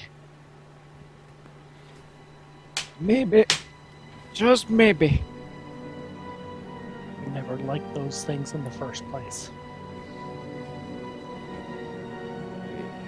I assume most of the dwarves in the town hall sleep at night. He says, I do not even know if they sleep now. They are all mad. Even madmen must eat. Unless some dark power fuels their bodies now. Some Can of we them talk are to the mad. one who- Some, and even those we have slain have come back as the dead. The undead. That is what we have found over in the area called the Nexus. Oh, do not go there. They crawl all over those tunnels. Can we speak to the one who was once Barak's man, who's regained his senses? He says, oh, would that ye could, but he died. Not long ago.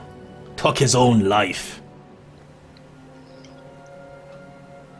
I thought you said he recovered from the madness. He did, but still, the guilt of killing his own people, slaying women and children, had overcome him. and no one here was willing to console him on that. We allowed him to do so. It's a fitting price for what he has chosen to do, for for choosing to side with Barak. Was it a choice? Or was he compelled? It does not matter to me. I do not want him among us. Fair enough.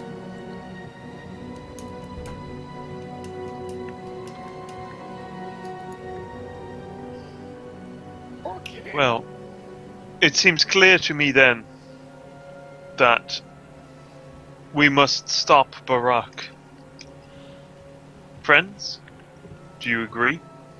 If you'll allow us, we'll be happy to take back your home. It must be a Freudian slip that I called him Barak.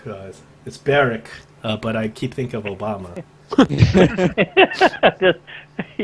He just might have black eyes. I hope the NSA isn't monitoring us right now. We're going out to...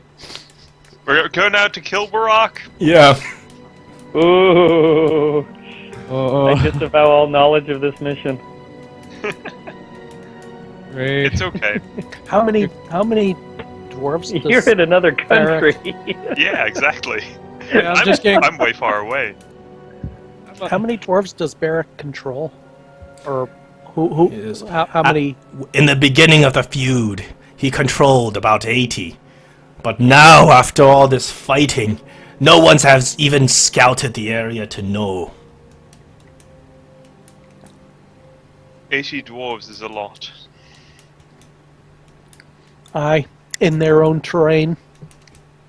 Perhaps they've taken casualties, though. We should scout.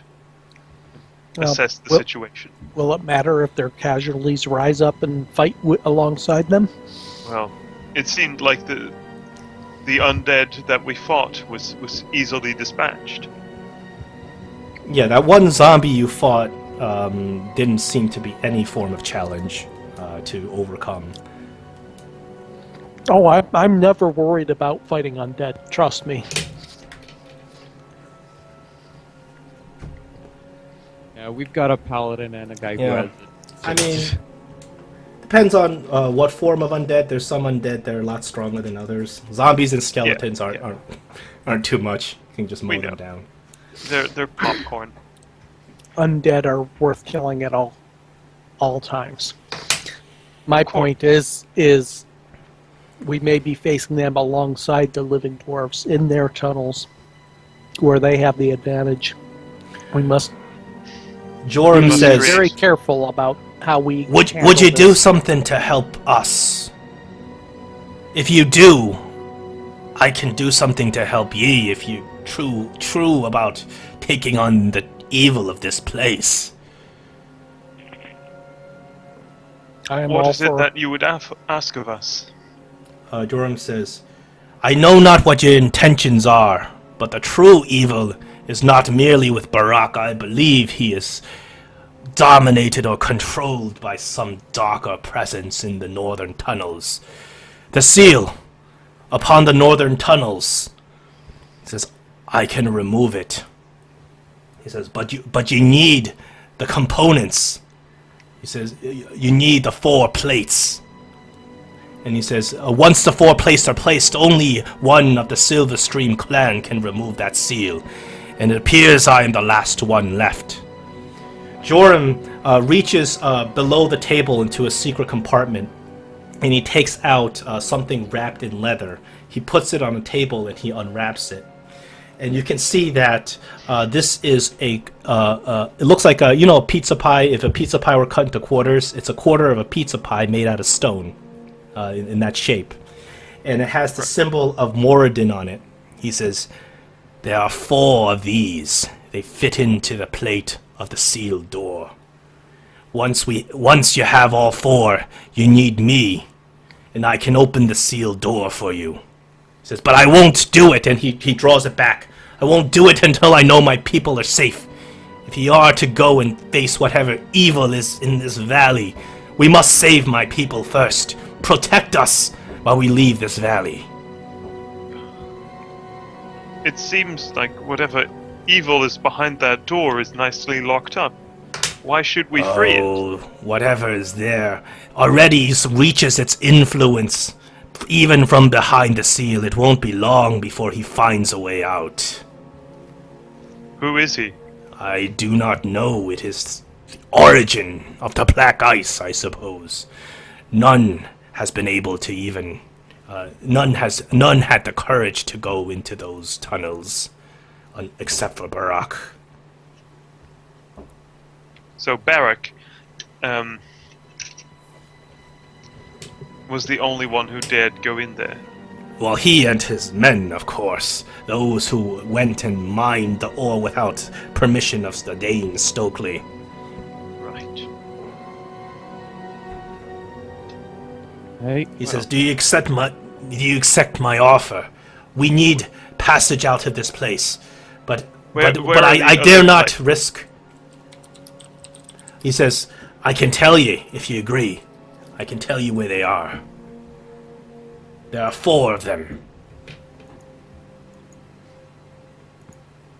I think regardless of reward, if you're intent on leaving, we could certainly help your people escape. it would be But an honor to help one of my people. I feel like if we free this this valley of its curse, you wouldn't need to leave. He says, look at my people. Women and children slain. He says, until I know this valley is safe, we must leave before more are slain. Half If the you people go out under my into the- command are Yeah. defenseless and injured, and will not survive for long.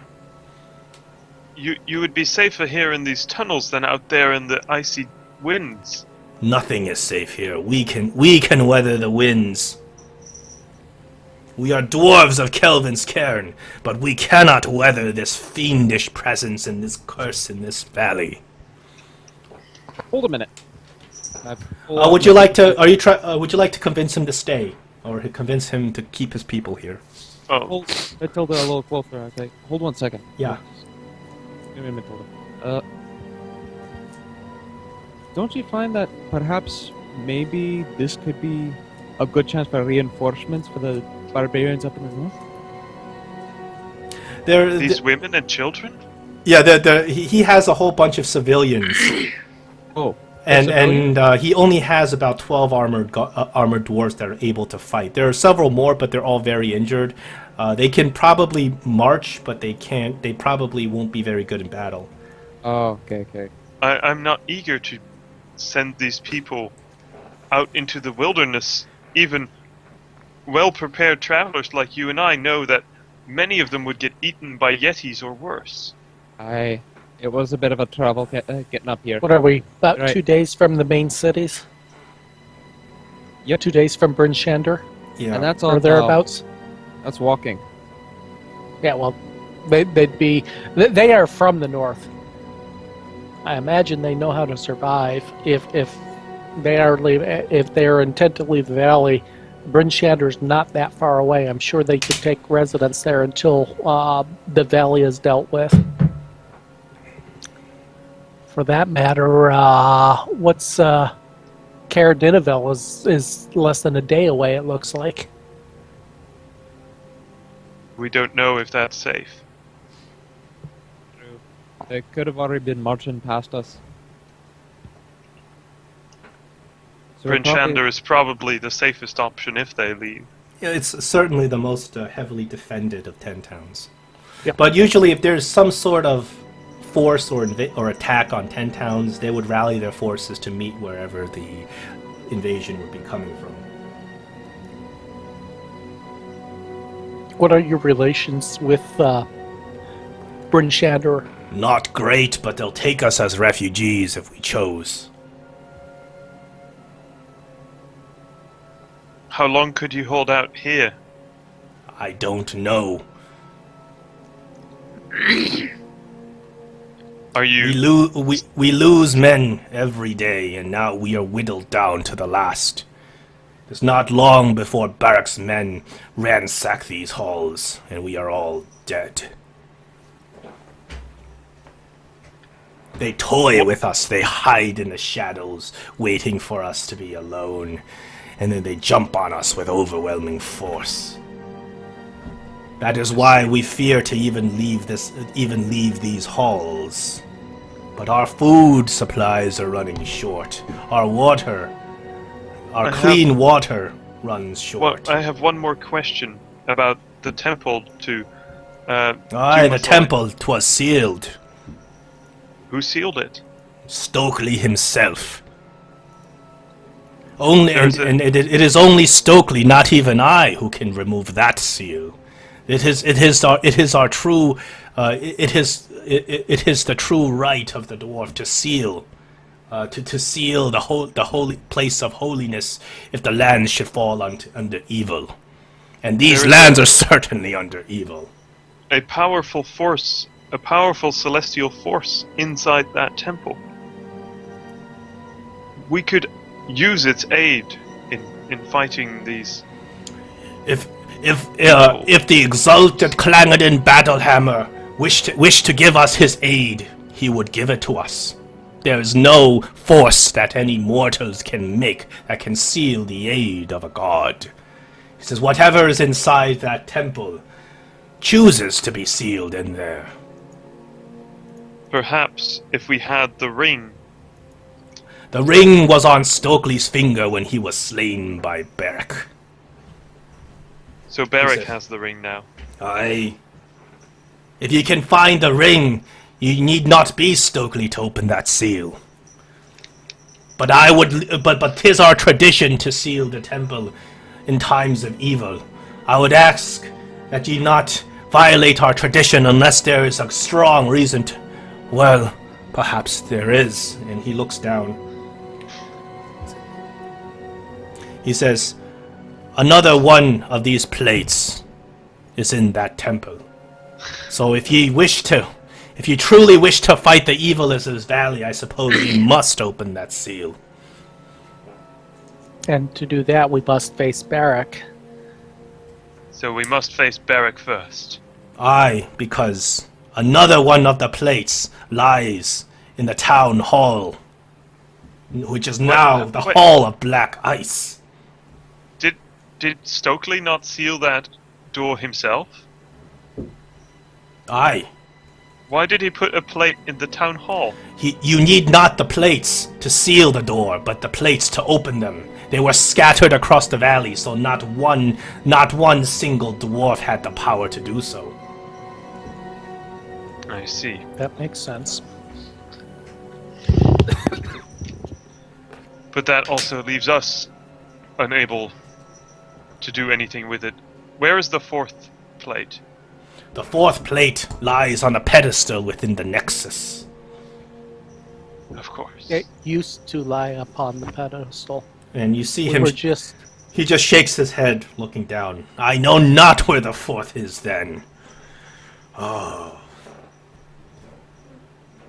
Wait a second. Beric knows, I presume, of the seal on the door. Of course he does. This is what he's after. And he points to the Beric seal. knows where the... Does Beric know I where can the only place- imagine that Beric wishes nothing more than to harvest more black ice, to open that seal and unleash whatever is beyond. He says Beric wants this plate. Then perhaps we can talk to Beric, deceive him. You may try, but he is mad. Not only is he mad, but he is potentially under the control of whatever controls the black. If ye can Ice even reach itself. him, I know not where he is. He has not shown himself, but his men have.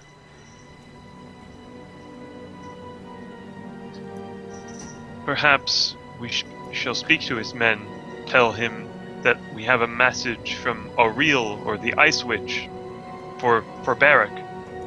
I know not if he is in league with Auril or not, but you may try. He makes pendants of Auril out of the black ice. I've heard of this. I know not why he does this. He says, "But I warn ye, his men are not hospitable.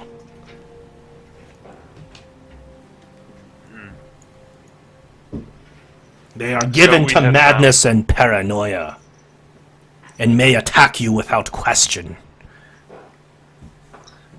Then they shall die without compensation.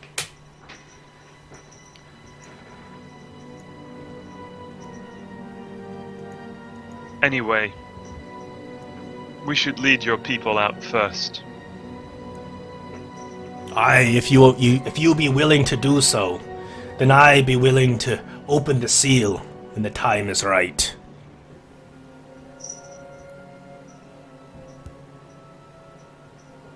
I think it is for the best. Okay. I agree. So Joram wants you to assist him and, of course, all his other capable dwarves. He's going to rally all of his people, and it takes a couple of hours. You guys can take a long rest here if you'd like, while they're getting everything prepared. So it takes a couple of hours. But he gets all of the people. Most of them are completely defenseless, and he does have about 12 armored guards, including himself, and everyone just rallies in front of the door of this this tunnel, and they are asking that you bring them south to the south gates. And he tells you that he is completely sure that Barak's men will attack on the way. Can we travel mostly through the tunnels down this southwest and then out to lessen the amount of time we're out in the open? He says the reason he does not want to do that is because you pretty much go single file through the tunnels, and they don't know if Barak's men are lurking in those tunnels. So at least out in the open, you can meet your foes as they come towards you. That's why his plan was to go down the valley. But if you were to go through the tunnels, you'd have to go single file with all these civilians. It seems Barak's men have numbers on us.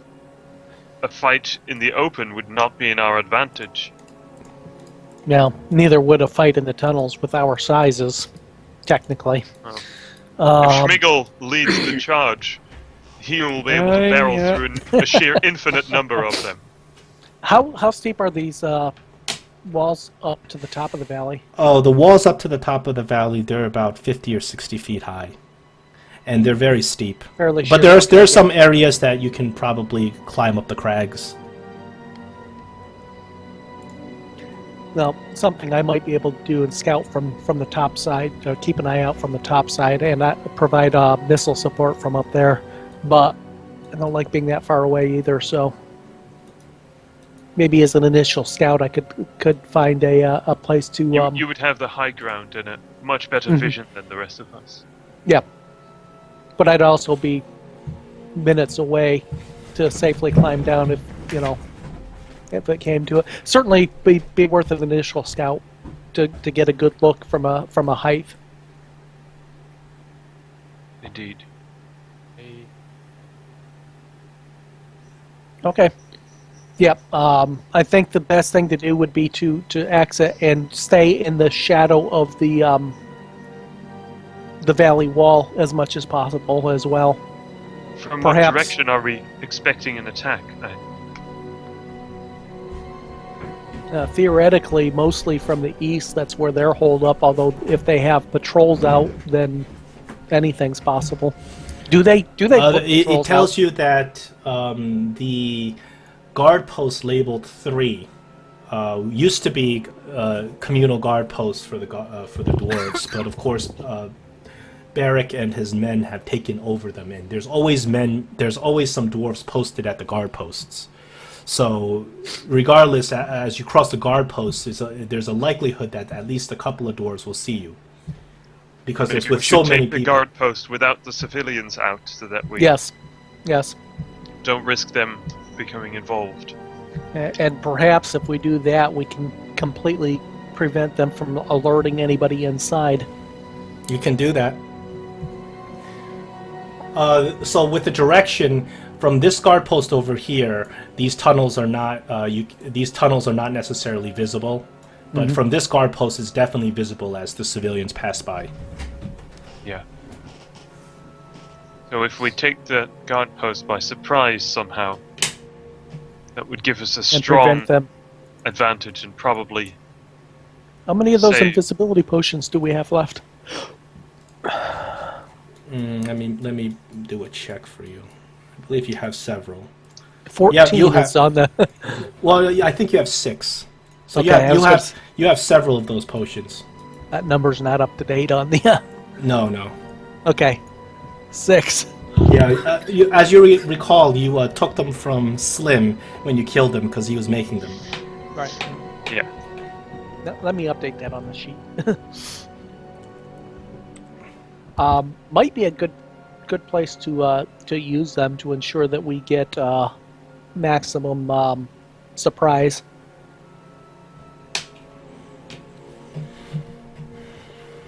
I agree. Would you like to do so? There's 1, 2, 3, 4 of us right now. Yes. And then one can cast invisibility on his own, right? Or not? No, I suppose not. can't yet. Soon. Okay. The No, doctor can cast invisibility, right? Yeah, he can. Yeah, but he's being he's not here to the session. He decided to wander off for a while, not get involved right now. You don't know what he's doing. He's found his way into a wormhole of sorts. He's out of this plane If of we had existence. him nearby, He's could at really least holding. cast invisibility on one of us. He's holding out on that Leoman secure shelter, is what he's doing. I can cast darkness. If that would help. It would certainly alert them, however. Yep. Yeah. We have the potions. Let's make use of them. well. Like I said, make maximum So one thing, surprise. I can cast without pass without trace, which would give everyone a +10 on their stealth roll. one thing about the invisibility is even though you're not visible, if you're sneaking by them, your armor may make some Yeah, noise. It'll alert Yeah, them. you're still audible. So that's Yeah, where we Pass know Without Trace comes in. Yeah. Yeah, you could do that if you'd like. I'd say that is a very good idea. So would you like to go as a group to this guard post down here? That would be my suggestion. We don't know exactly how many's manning it. If it's like the one up north, you said there were what, half a dozen up there? Yeah, Oh, at the gate. At the gate, you guys fought 6. Yeah, so we can assume there's probably no more than that there, probably fewer. But we should just make maximum effort to silence them without raising any kind of alarm. Agreed.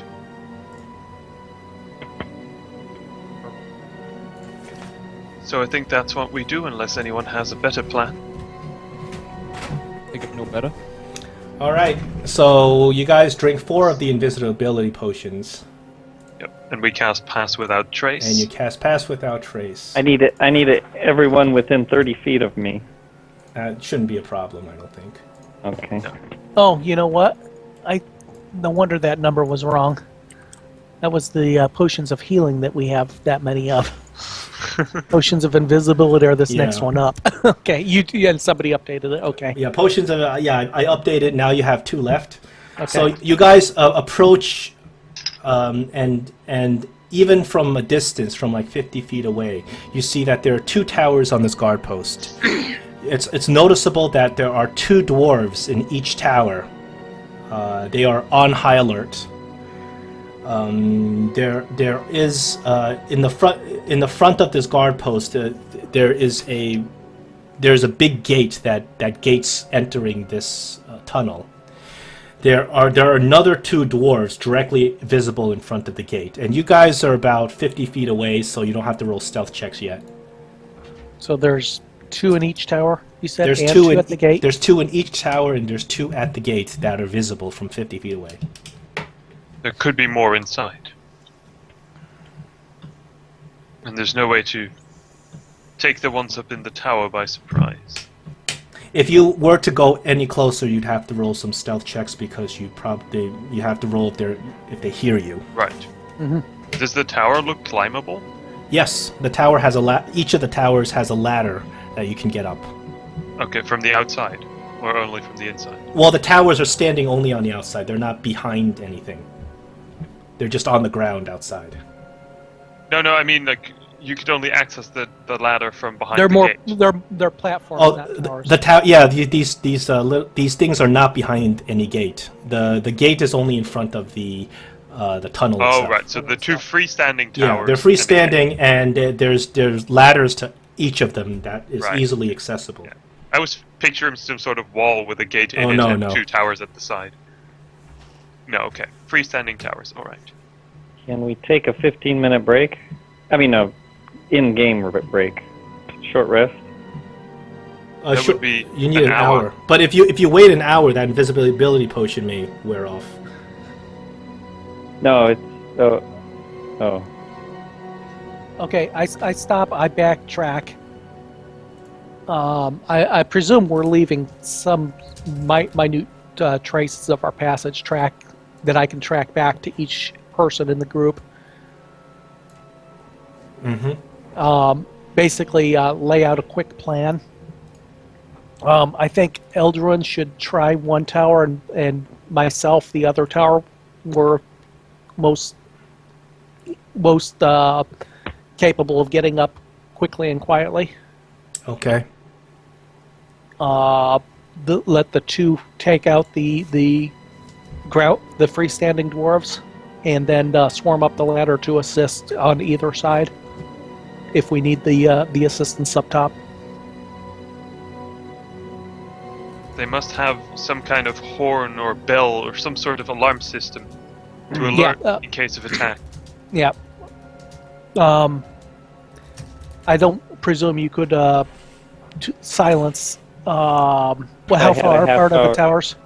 If I had Okay, a half-hour rest, yeah. I could. We don't have a scroll, I presume. We had a long rest, right?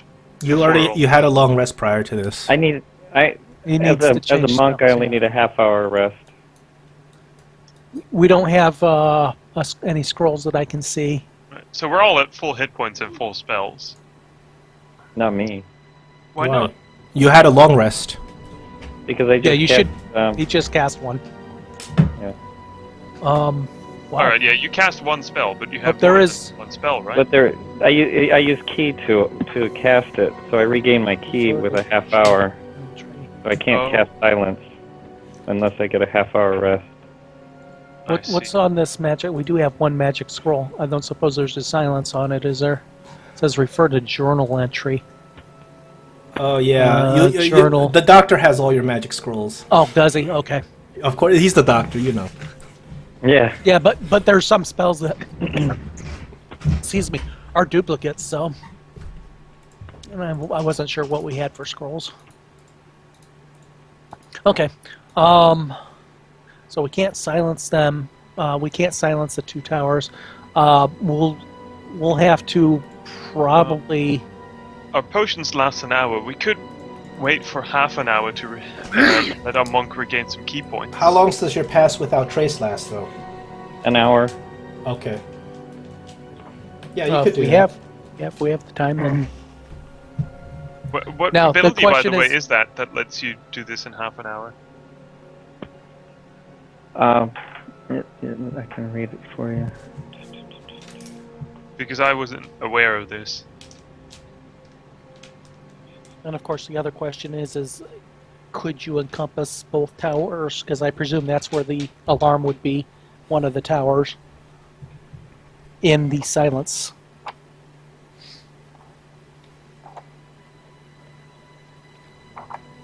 How far apart are the towers? The towers are approximately 30 feet apart. Yeah, that would be no go. It would be Oh, well. that's It would not very be if far. it's Maybe 30 feet. possible. depending on where the alarms were. Yeah. Yeah. And how big the towers are. Well, presumably they're equal height, which means that the alarms would be at the same height. So if the alarms were on the inside of the towers, the facing side of the towers. Even if he could only silence one, that would 878. only leave us one.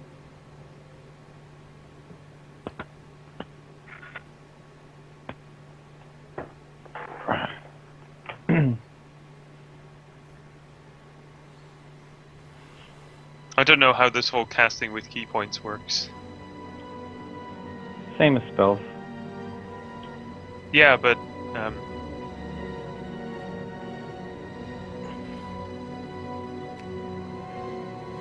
I don't know what. Okay. So Thank how would you like to approach this?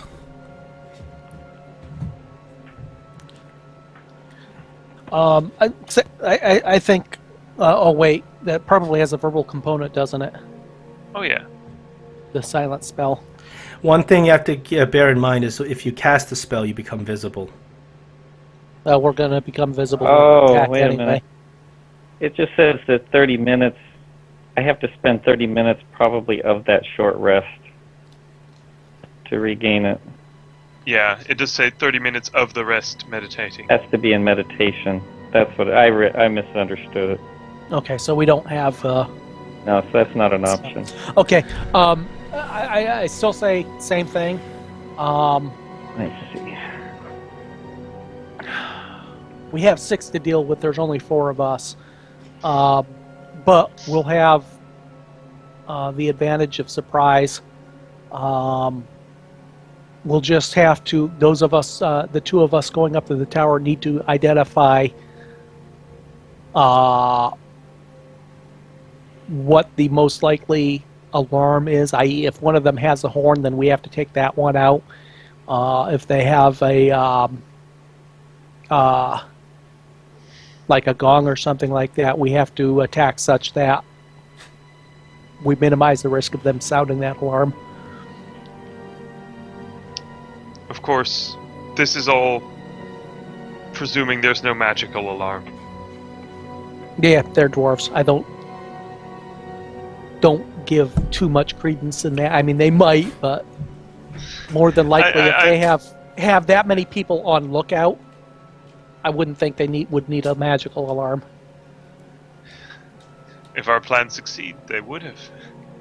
Well, first of all, we have to make our plan succeed. Fair enough. So I think that's what we do. Okay, so whoever's approaching more than 50 feet, I just need a stealth check real quick. You guys pass without a trace, so it's Good. big bonus to your stealth. Me and Schmigel are staying at a distance until they get to the ladders, I think. Okay, the I'm guards. glad it's a +10. Yeah, the guards don't notice as you sneak by. Okay, they should see the our partner should see a slight movement of the ladder as we swarm up. Presumably, that'll be all it is. Yeah, they don't. Well, the guards are clearly not paying any attention to that. They are looking around, scanning the horizon, but of course they don't see anything. And they are armed. They don't seem to be alarmed. As you look around, you can see that one of the guards, the guard on the left tower. I don't know who's climbing the left tower. I believe it's Castanar. You're climbing that tower? Yep. So one of those guards has a horn on his belt. Okay, that'll be my target then. And both of you get to the top of your respective towers, and there's 2 dwarves. They don't notice because as you climb up the ladder of the tower, you come on their backs. So they, of course, they're not even paying attention to however the ladder is swinging. They both all the guards on the towers are armed with crossbows, and they're just scanning the horizon. How wide is the tower, and how tall? The tower itself is about 10 feet wide, a 10-foot square, and the height of the tower is about 50 feet. Okay. My first action when we are ready is to attempt to throw the dwarf with the horn off the tower.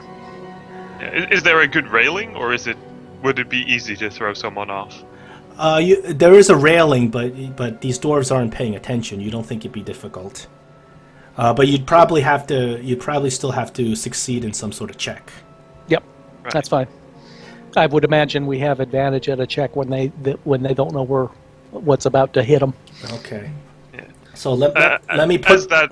Yeah, sorry. I'm just going to put a couple of enemies on the screen, so Right. we know what's Just going so on. that you So can we know roll what's what. initiatives. I mean, as we're sitting like 50 feet from these two guys on the front, I just want to take out Big Bertha and aim her right at the head of one of these. Not fire yet, but just take extra careful aim. What is your predictions for the day anyway?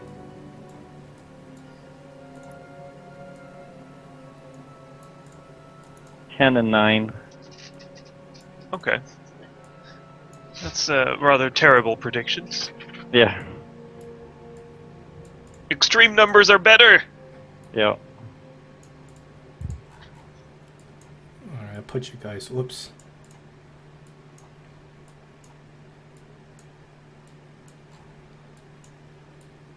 I just set you guys up. I mean, just bear in mind the rest. The rest of you are about 50 feet away. Castanar, you're on right here, and the dwarf right next to you has that horn. Okay. You're right here behind these two dwarves. And you guys are about 50 feet away. You're not clear what's going on, of course. You can't see. You can't see your allies. Well, we know the plan. For the most part. Yeah. All right, Castanar, how would you like to throw this dwarf off the guard post? Basically a bull rush. A bull rush. Okay. I don't suppose that Well, actually, in there's this any case, chance that I could actually, since they're so close to each other. You do a double-handed bull rush. Basically, yeah. how about this? The thing is, normally what I would need you to do is a strength check, opposed strength check.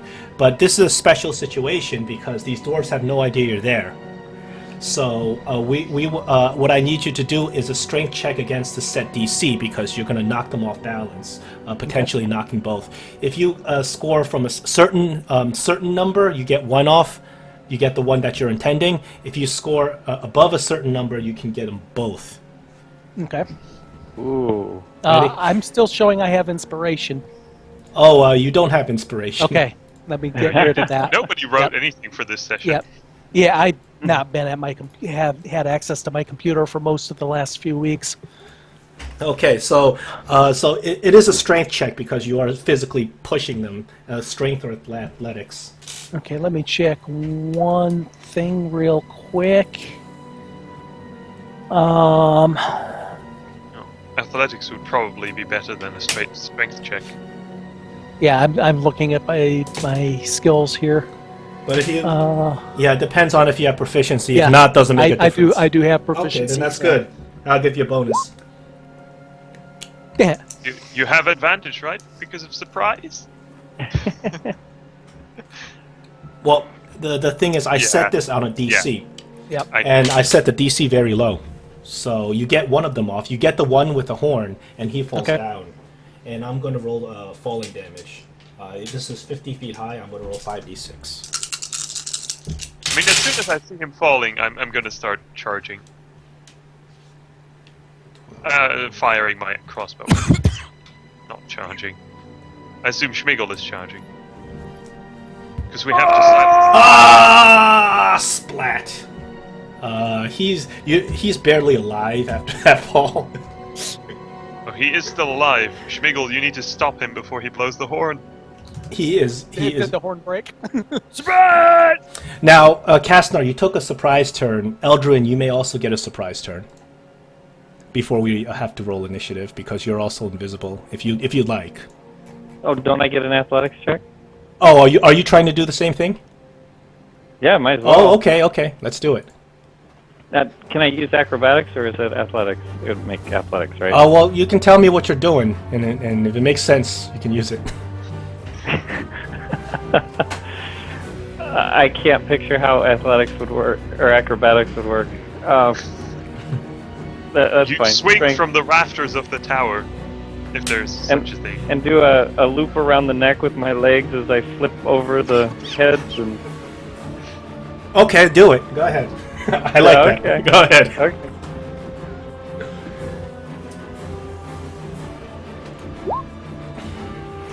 Okay, you knock one of them off.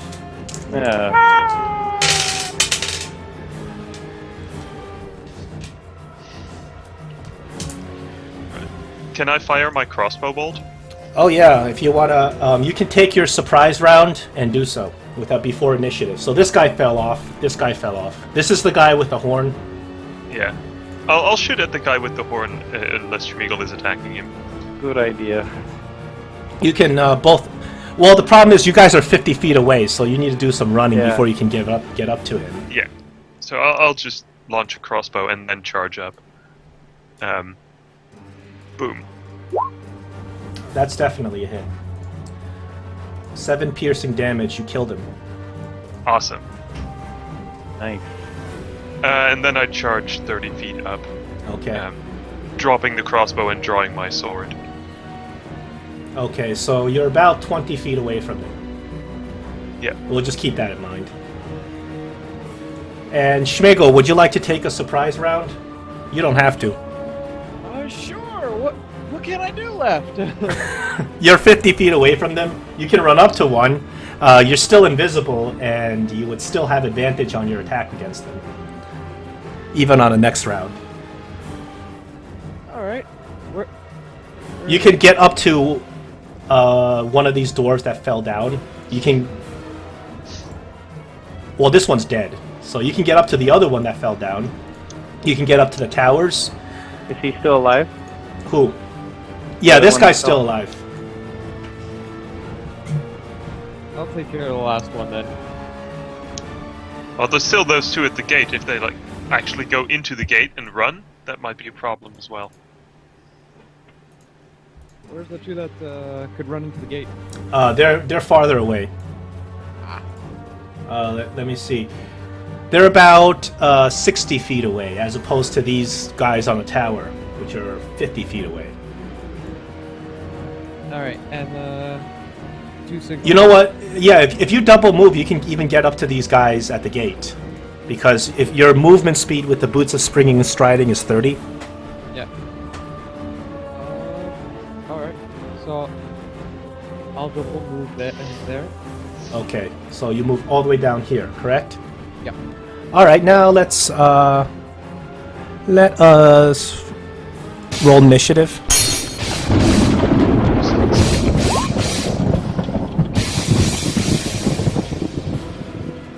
Right. Oops. I have to get things Nice- started nice on bit the of- Muppet Children. Actual combat to round the session off.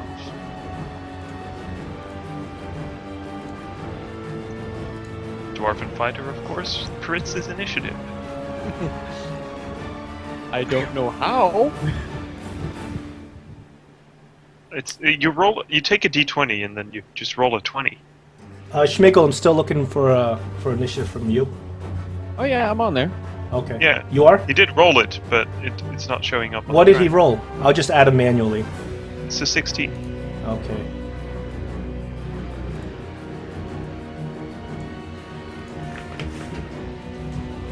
There we go. Of course, the dwarven fighters are up first. And I'm gonna... this dwarven fighter that fell on the ground, he gets back up and he looks around and he looks up and he screams out, "Treachery!" And he starts climbing the ladder, but he needs his entire turn to even try to get up the ladder. The one that's on top of the tower turns around, and seeing that Eldruin has just appeared out of thin air, he's going to swing at Eldruin. The dwarf that stands up is move. He can only have half movement, right? Yeah, he's on the ladder. He's going to take him a while to get up the ladder. Okay. Hold on, somebody messed with my macros. Not me. Who'll be messing with my macros? Doc. How could we even mess with the macros? I mean, I mess with my macros. That sounds more likely. Oh. I need to fix... Oh, screw this. I'll have to just roll it.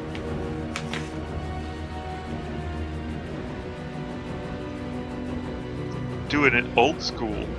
I may have to. I'll have to bring out this guy's character sheet and just roll it because something's not right here. Okay. Something's not right here. And I'm not talking about the guys wielding weapons of black. This dwarf rolls a 13 against you, which I believe is a miss. Yeah. Okay. This dwarf does the same for Castanar. He rolls a 24 on you, Castanar. That's a hit. Yeah.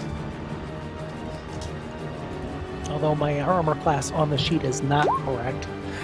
He does 8 bludgeoning damage as he brings his hammer down on you. Okay, there goes my temporary hit points. Let me find out what's wrong with my armor class here.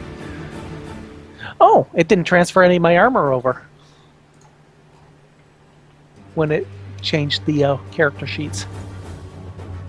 In fact, it didn't transfer any of my inventory over either. Do we have any access to our old sheets? All my stuff is on Oh, there. wait, there. No, it's there. It's just... It's just in a It was- weird... it- Yeah, I'm sorry but about my the in- sheets. Yeah, that's fine. As long as it's there. I have to get my armor set up is all. Okay. Well, there's more dwarven fighters to go through, Yeah, yeah. so you've got some time. Okay. Yeah, that was it. That took out my temporary hit points.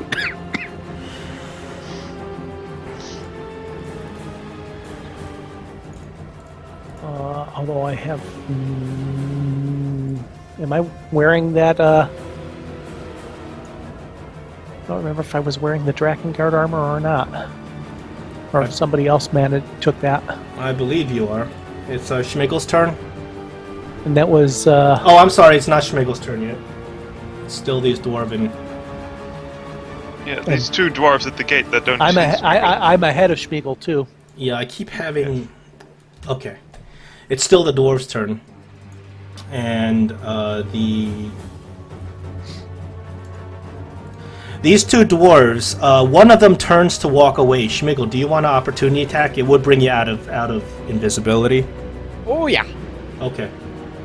You can have an advantage opportunity attack on him. Good. He's walking away into the gate. Yeah, it looks like he's turning around to go into the gate. Probably to warn... Okay, that's a critical Oh, no. hit. pass! So it's a total of 19 damage? Yep. Okay.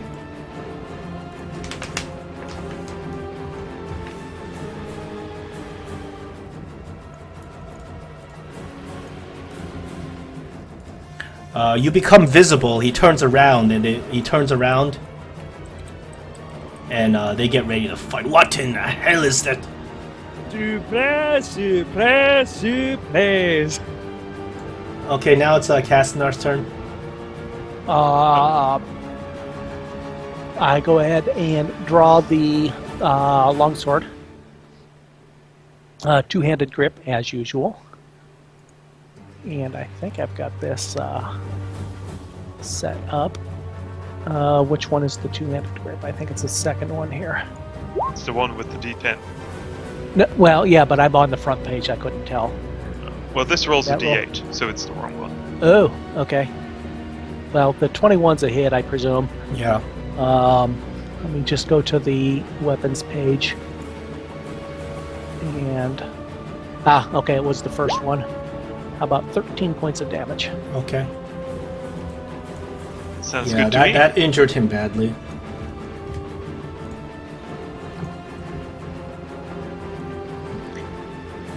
Anything else on your turn? No. Okay. Schmigel, you're up. One of the dwarves that you almost cut down as he was trying to leave. Alright, I'm gonna do a sweeping attack on both of them. Which one is your primary target? One I just hit. Okay. And while that's going on, just to confirm, somebody else did get the ring, right? I'm showing ring? it on my the ring of protection. Yeah, I got the right. Okay, I was going to say I'm showing it on my inventory, but I didn't think I had it anymore. Take it off my inventory. That's a miss. That is a miss. You have a second attack, I think. Yeah. Oh, that's right. We got 2 attacks. I should have had a second attack on that last one. Oh well. And I'll use it on the same one that I did first. We forget that every session. I remembered it last session. 15 is not. 15 unfortunately doesn't penetrate his armor as he blocks your attack with his shield. Okay. I forgot you're armored, fellas. Oh, they are armored. They're wearing. I should have brought my They're tin. they're wearing chainmail. They have shields as well. I look at how far away I am, and I'm like, dang it, I wish I had my elk. You could have fed it a potion of invisibility. I suppose you could, yeah. Well, I'm on foot, and now I'm too far away to charge up to anyone, right? Yep. No, I believe last time, on your last turn, after you took a shot, you did come forward 30 feet. Yeah. So you are 30 feet away. You're 30 feet away from these guys. But they are up the tower. Yeah. Well, there's one guy that's climbing up the ladder still right here. Could I attack him from the ground? Could I reach him and attack him? Let's as say he's he's. climbing? Let's say he's. I believe he's 10 feet up. I should be able to attack him with a greatsword then. Well, if you get right below him, your sword has 5 foot reach, so you can attack him while he's climbing up the ladder. Okay, that is what I'll do. I'll go up to there and. Forgot to mention you have advantage on attacking him while he's trying to climb a ladder. Awesome. He's totally defenseless. He's already gravely injured from the fall. Okay, I need a dex check. You just slew him and he's falling down on you. A dex save. Boy. Dex save. I'm terrible at these. Okay, he lands on top of you, knocks you prone, and does 3 damage. What? Dang it. Well, you got the weight well, of his mace hit you right in Yeah, his I head. don't have enough Your head. movement to get back up again. Since I spent it all. So this dwarf just piled on top of you after you killed him. Yeah. Well, I have a second attack, so I take it to stab him again. For the insult, I pull out my dagger, because the greatsword isn't handy when the guy is all laying on top of me. I stab him more with my dagger. Okay. He's surely dead. Eldruin. Okay, I turn and cast the web on these 2 down here, but not on any, so it's the edge. Does that make sense? So they're Well, very the thing is, they have their back against the door. That works. Web them to the door. The web can climb up a wall. Okay. Basically, I'm trying to... Yeah, I mean, if it works. If it doesn't, I won't. But I'm trying to plaster them against the wall. This is dex saves for each of them, right? I believe it is... We have. I believe it's a dex save DC 15 for web. It's a strength check. It's a get dex out, save right? to save against the initial webbing, and then Yeah. a strength Initial, yeah. check. So, right. one of them fails and one of them succeeds on a dex save. Okay. So this guy is webbed. This guy has succeeded, but this guy's already been badly injured by Schmigel. Is the door webbed shut now? There's webbing all over the door. You're not sure if it's completely shut. He has to go through the web to get through it, though. Yeah. So this dwarf, these 2 dwarves on the towers are going to attack their respective players. First attack on Eldruin. That's a 24 on your armor class. No, that's a miss. Just kidding. Well, I think if you have a shield, even a shield won't do it. Now with the 24. Hold on a second. This dwarf crits on a 19 and 20. Yes! I want some No, pain. Leviatar worshiper all of a sudden? We have 10 bludgeoning damage as he critical hits you with his warhammer. Thank you, my temp friend. It really hurts, and he says, "I'm gonna show you the power of dwarves." We'll see. We'll see. You're all welcome for your temporary hit points. The second dwarf is going to attack Castanar.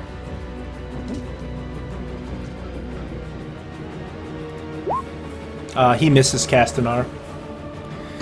These two dwarves to the south, the one that's injured, you see that he lets out a battle cry in second winds for 8 hit points.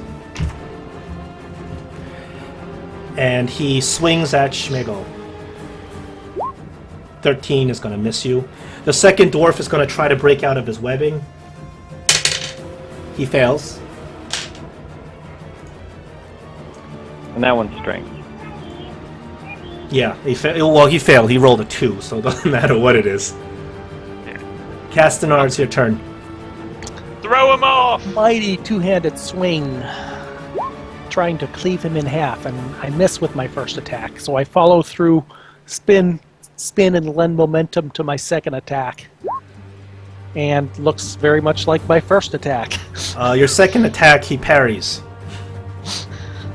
And First he one's looks blocked. at you. He you got your weapons locked, and he stares at you straight in the face. He's like, "Come on, bring it, you fairy elf!" Kind of breathing down your face. Bonus action.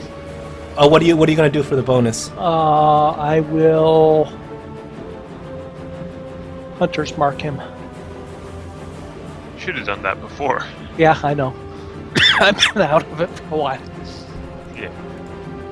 Now you're mad. You're using a hunter's mark. Matilda, it's your turn. Is it? Is Schmigel not first? Schmiegel's before him, yeah. Let's skip the Schmiegel. Did I skip it? Schmigel, it's your turn.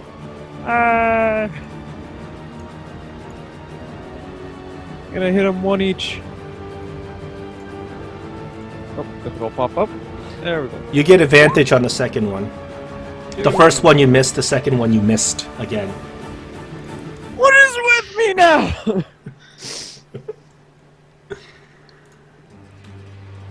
God damn. Would you like to do anything else? I spit in one of the dwarves' face. What? Roll to hit. I'ma spit back at you. You try your best. You couldn't spit half your weight into it. You'll probably have the gubbers of a bloody fish. Now it's Matilda's turn. Right. I don't have enough movement to get anything, right? Because I need to get up from being prone. You can get up and get from being prone. This is these dwarves down here are 10 feet away, Okay, so so I you can can make it. Okay, cool. and you have Okay. If you're attacking that Yeah. web dwarf, you have advantage. I'll focus exclusively on the web dwarf. Careful, he spits. I cut. The first attack is a hit for 12 damage.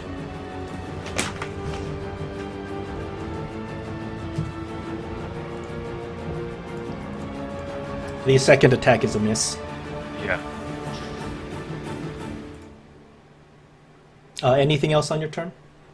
No, that's it.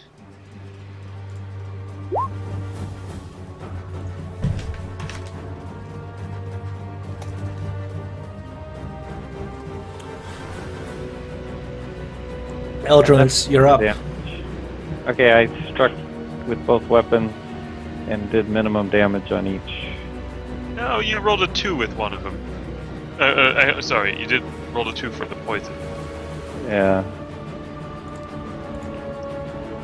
Well, the first one, of course, hits. I'm gonna be here a long time at this rate. The second one Push misses. him off the tower! I Yeah. keep yelling. The That would dwarf. make sense. The dwarf says, "Alright, I'll do that." No! I yelled that in Elvish.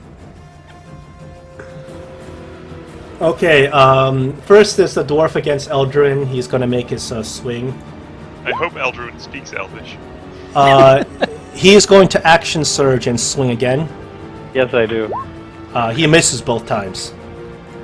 The second dwarf is going to attack Castanar. He misses. He's going to second wind. Gets a couple of hit points back. Couple. I'll try to take a couple of them away. The dwarf down here, the one that's not webbed, is going to attack Schmigel. Misses. The one that's webbed is going to once again try to break out of his web. He does break out of his web this time. Finally! Now I Now can you kill can you attack properly. Now you can attack without worrying about getting entangled in the web. Exactly. Castanar, you're up. I disengaged my sword from the last lock that we got ourselves in. This time I swing low for the legs. Even lower than I had been swinging. Oh, you do hit him. That's the ticket, apparently. Yeah, that's it. And that's it, as in he's down, or that's... No, he's still up. Second attack. He did that second wind. Okay, follow through with the second attack, which goes... The second one he over his blocks head. with his shield. It's like, I knew you had some fight in you, elf. More than you, obviously, dwarf. Schmigel. Oh, wait. Oh, you have another one? Hunter's Mark. Oh, I'm sorry. Yes. Another one Hunter's damage. Marquette. Schmigel?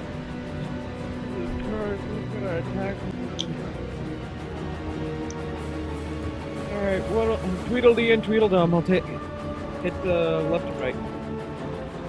Schmigel, as you attack the left one, the one on the right This uses again. protection to impose disadvantage. So the one on the left you missed. Well, the one on the right you also miss. I missed both. Well, you would have missed anyway, but he didn't even need to do the protect.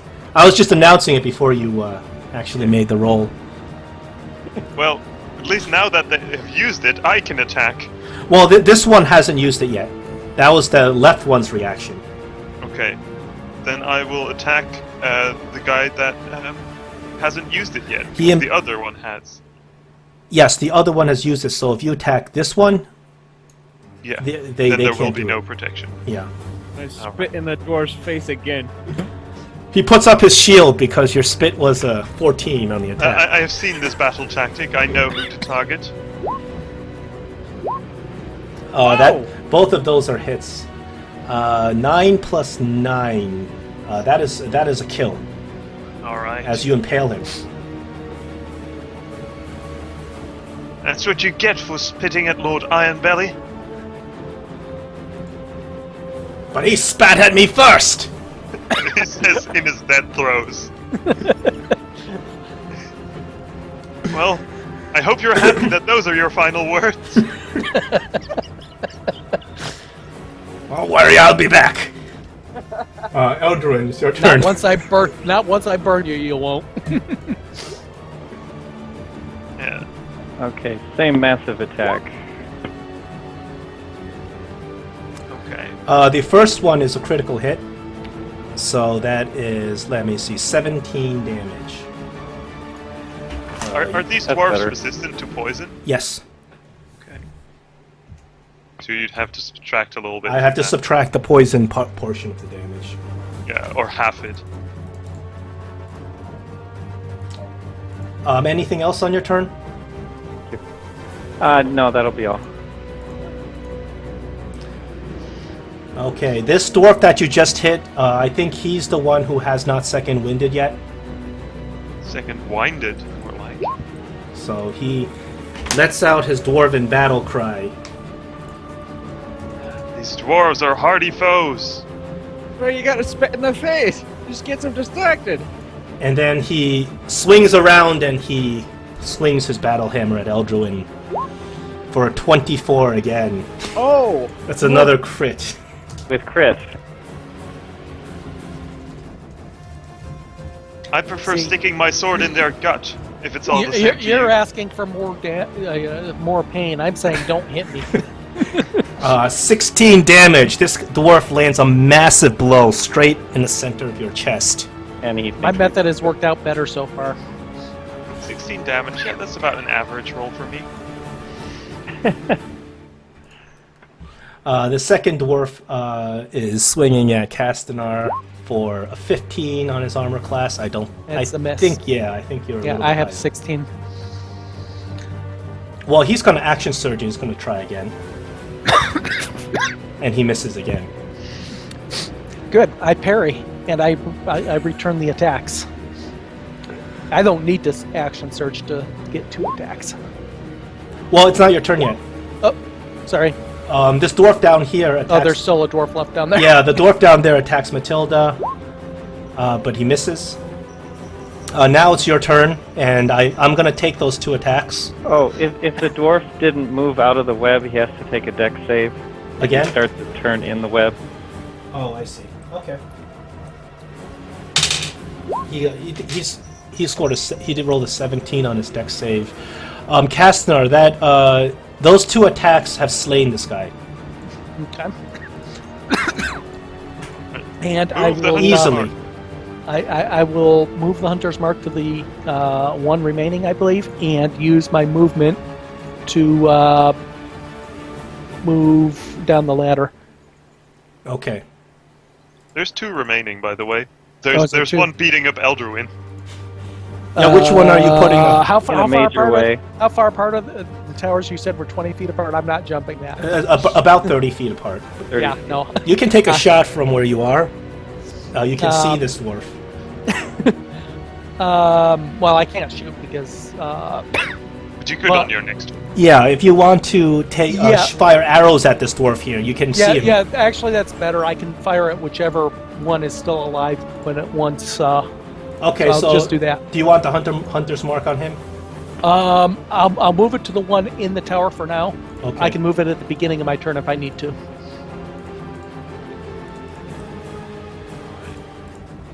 Schmigel, you're up.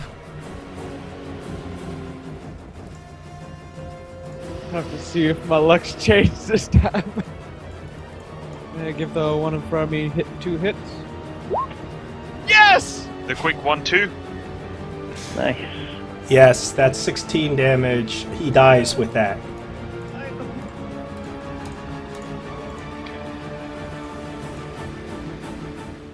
Okay. I spit in his face again. I'm going to take the 10 feet over to the back towards the ladder, climb as far up the ladder as I can. Okay. Can I see the top of the ladder? Well, you're using your double movement. The ladder's like... No, I'm using a single movement. Oh, the single movement, you get like 5 feet up the ladder. The ladder's pretty high. It's like a good... Oh. It's like it's 50 tall, feet he said. up. So you're you're gonna have to probably use an entire turn just to climb to the top of the ladder. Yeah, I had another plan. I wanted to use Misty Step. You can do that. Um, Misty Step has the range to get you to the top of the ladder. okay. Then I will use Misty Step and make my attacks. Okay. Cool. Or, actually, instead of the attacks, I will try to throw him off like I've been shouting. Yeah, I was going to do that next round. Okay. Well, I don't have the strength to challenge a dwarf. in this case, he's gonna strength contest you for to be pushed off. Alright. He wins the strength contest. As you shove him, but he shoves you right back, and you nearly lose a little bit of balance yourself. Oh, shoot. No, you That don't fall. substitutes for one of my attacks. Oh. So I still make my second attack, just a regular attack. In general, if you with a second attack, I think you have to make an attack with your first action attack. Oh, I think so. Good. I didn't do it. I haven't verified though. I thought that You I thought trying to shove- can replace an attack with a shove, but I think that in order to have a second attack, you have to have made a first attack on your turn. Using the attack action, you make a special melee attack to shove a creature. If you're able to make multiple attacks with the attack action, this attack places one of them. Okay, so the second attack is good then. Okay. You do hit him, and he's nearly dead. Cool. Well, he would have died if I'd thrown him off, but oh well.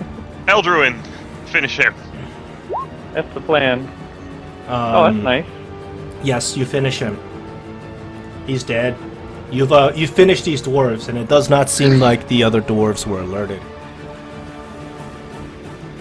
Good job, everyone. I cancel the web spell. Not Leave done it up. yet! Leave it up. Oh, I leave it up. Actually, I can't cancel it. It doesn't matter. As long Well, as it's no, I there, mean, that's good. I can't cancel it once it's cast. Yeah. Alright.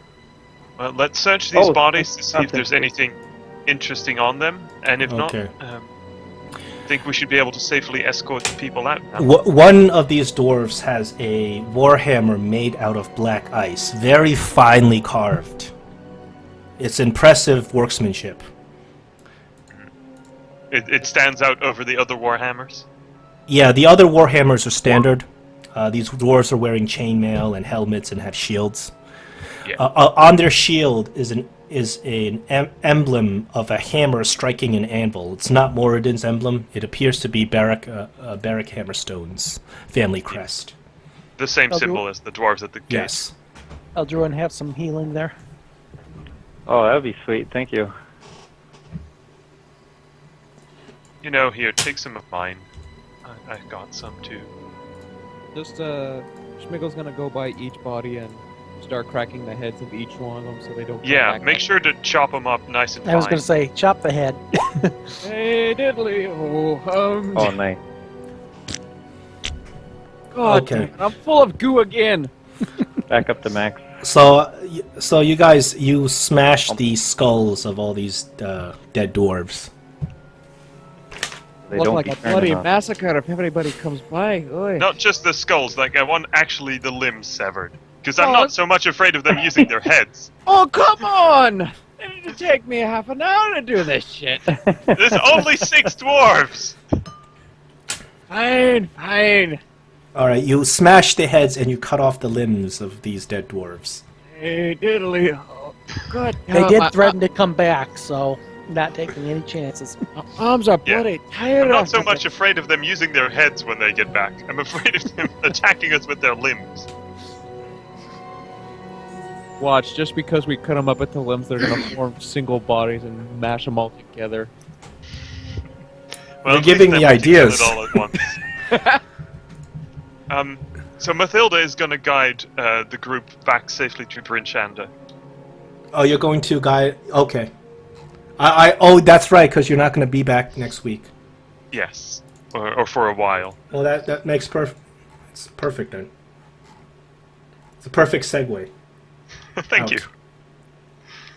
I didn't know if you had anything planned. I was just going to make up because I didn't know what you guys are going to be up to. You know, I didn't want to. As long as you didn't stop in the middle of combat, we could have figured something out. Yeah. A portal opens up and you get pulled in. Oh no, not again! A sperm Well- wheel falls from the sky. The villagers, the dwarven villagers and residents of the mine, the civilians, are safely guided out of the valley after you've taken out the critical guard post. Whoever's behind this guard post was not alerted. Of course, Joram says that he will wait in this guard post. He says he will wait for you there for when you are ready to have him open the seal. Which, I'm sorry, which guard post was it? Oh, the one right in front of where the battle hammer hold Okay, was. number 2. Okay. He says he will fulfill his end of the bargain and open the seal for you.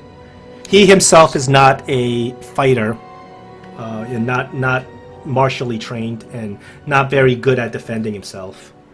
Don't keep yourself safe and out of sight because there are still others out there. He says, "Don't worry of me. My life isn't very important." It is vitally You are important if you're the vitally last remaining silver stream. He says, "No, there are others. They just don't live here in the valley. I am not next in succession. But as long Yes. as my people are safe, You are the only one that can open the seal once we recover the pieces. are the only one here. Unless you want to travel to Mithril Hall." Yeah, we'd rather not. So you are vitally important to the success. If you say so. Well, I guess I have to be important. Alright. Are we ending the session here? Or I think it'd be a good time to end unless you guys want to do something else. Well, Schmigel goes up to Matilda and said, "You get these people right safe, alright? And be safe out there yourself. And remember to come back soon, alright?" Don't worry. I shouldn't be long. Come on. Here! As she rides off on her elk. Okay. Does that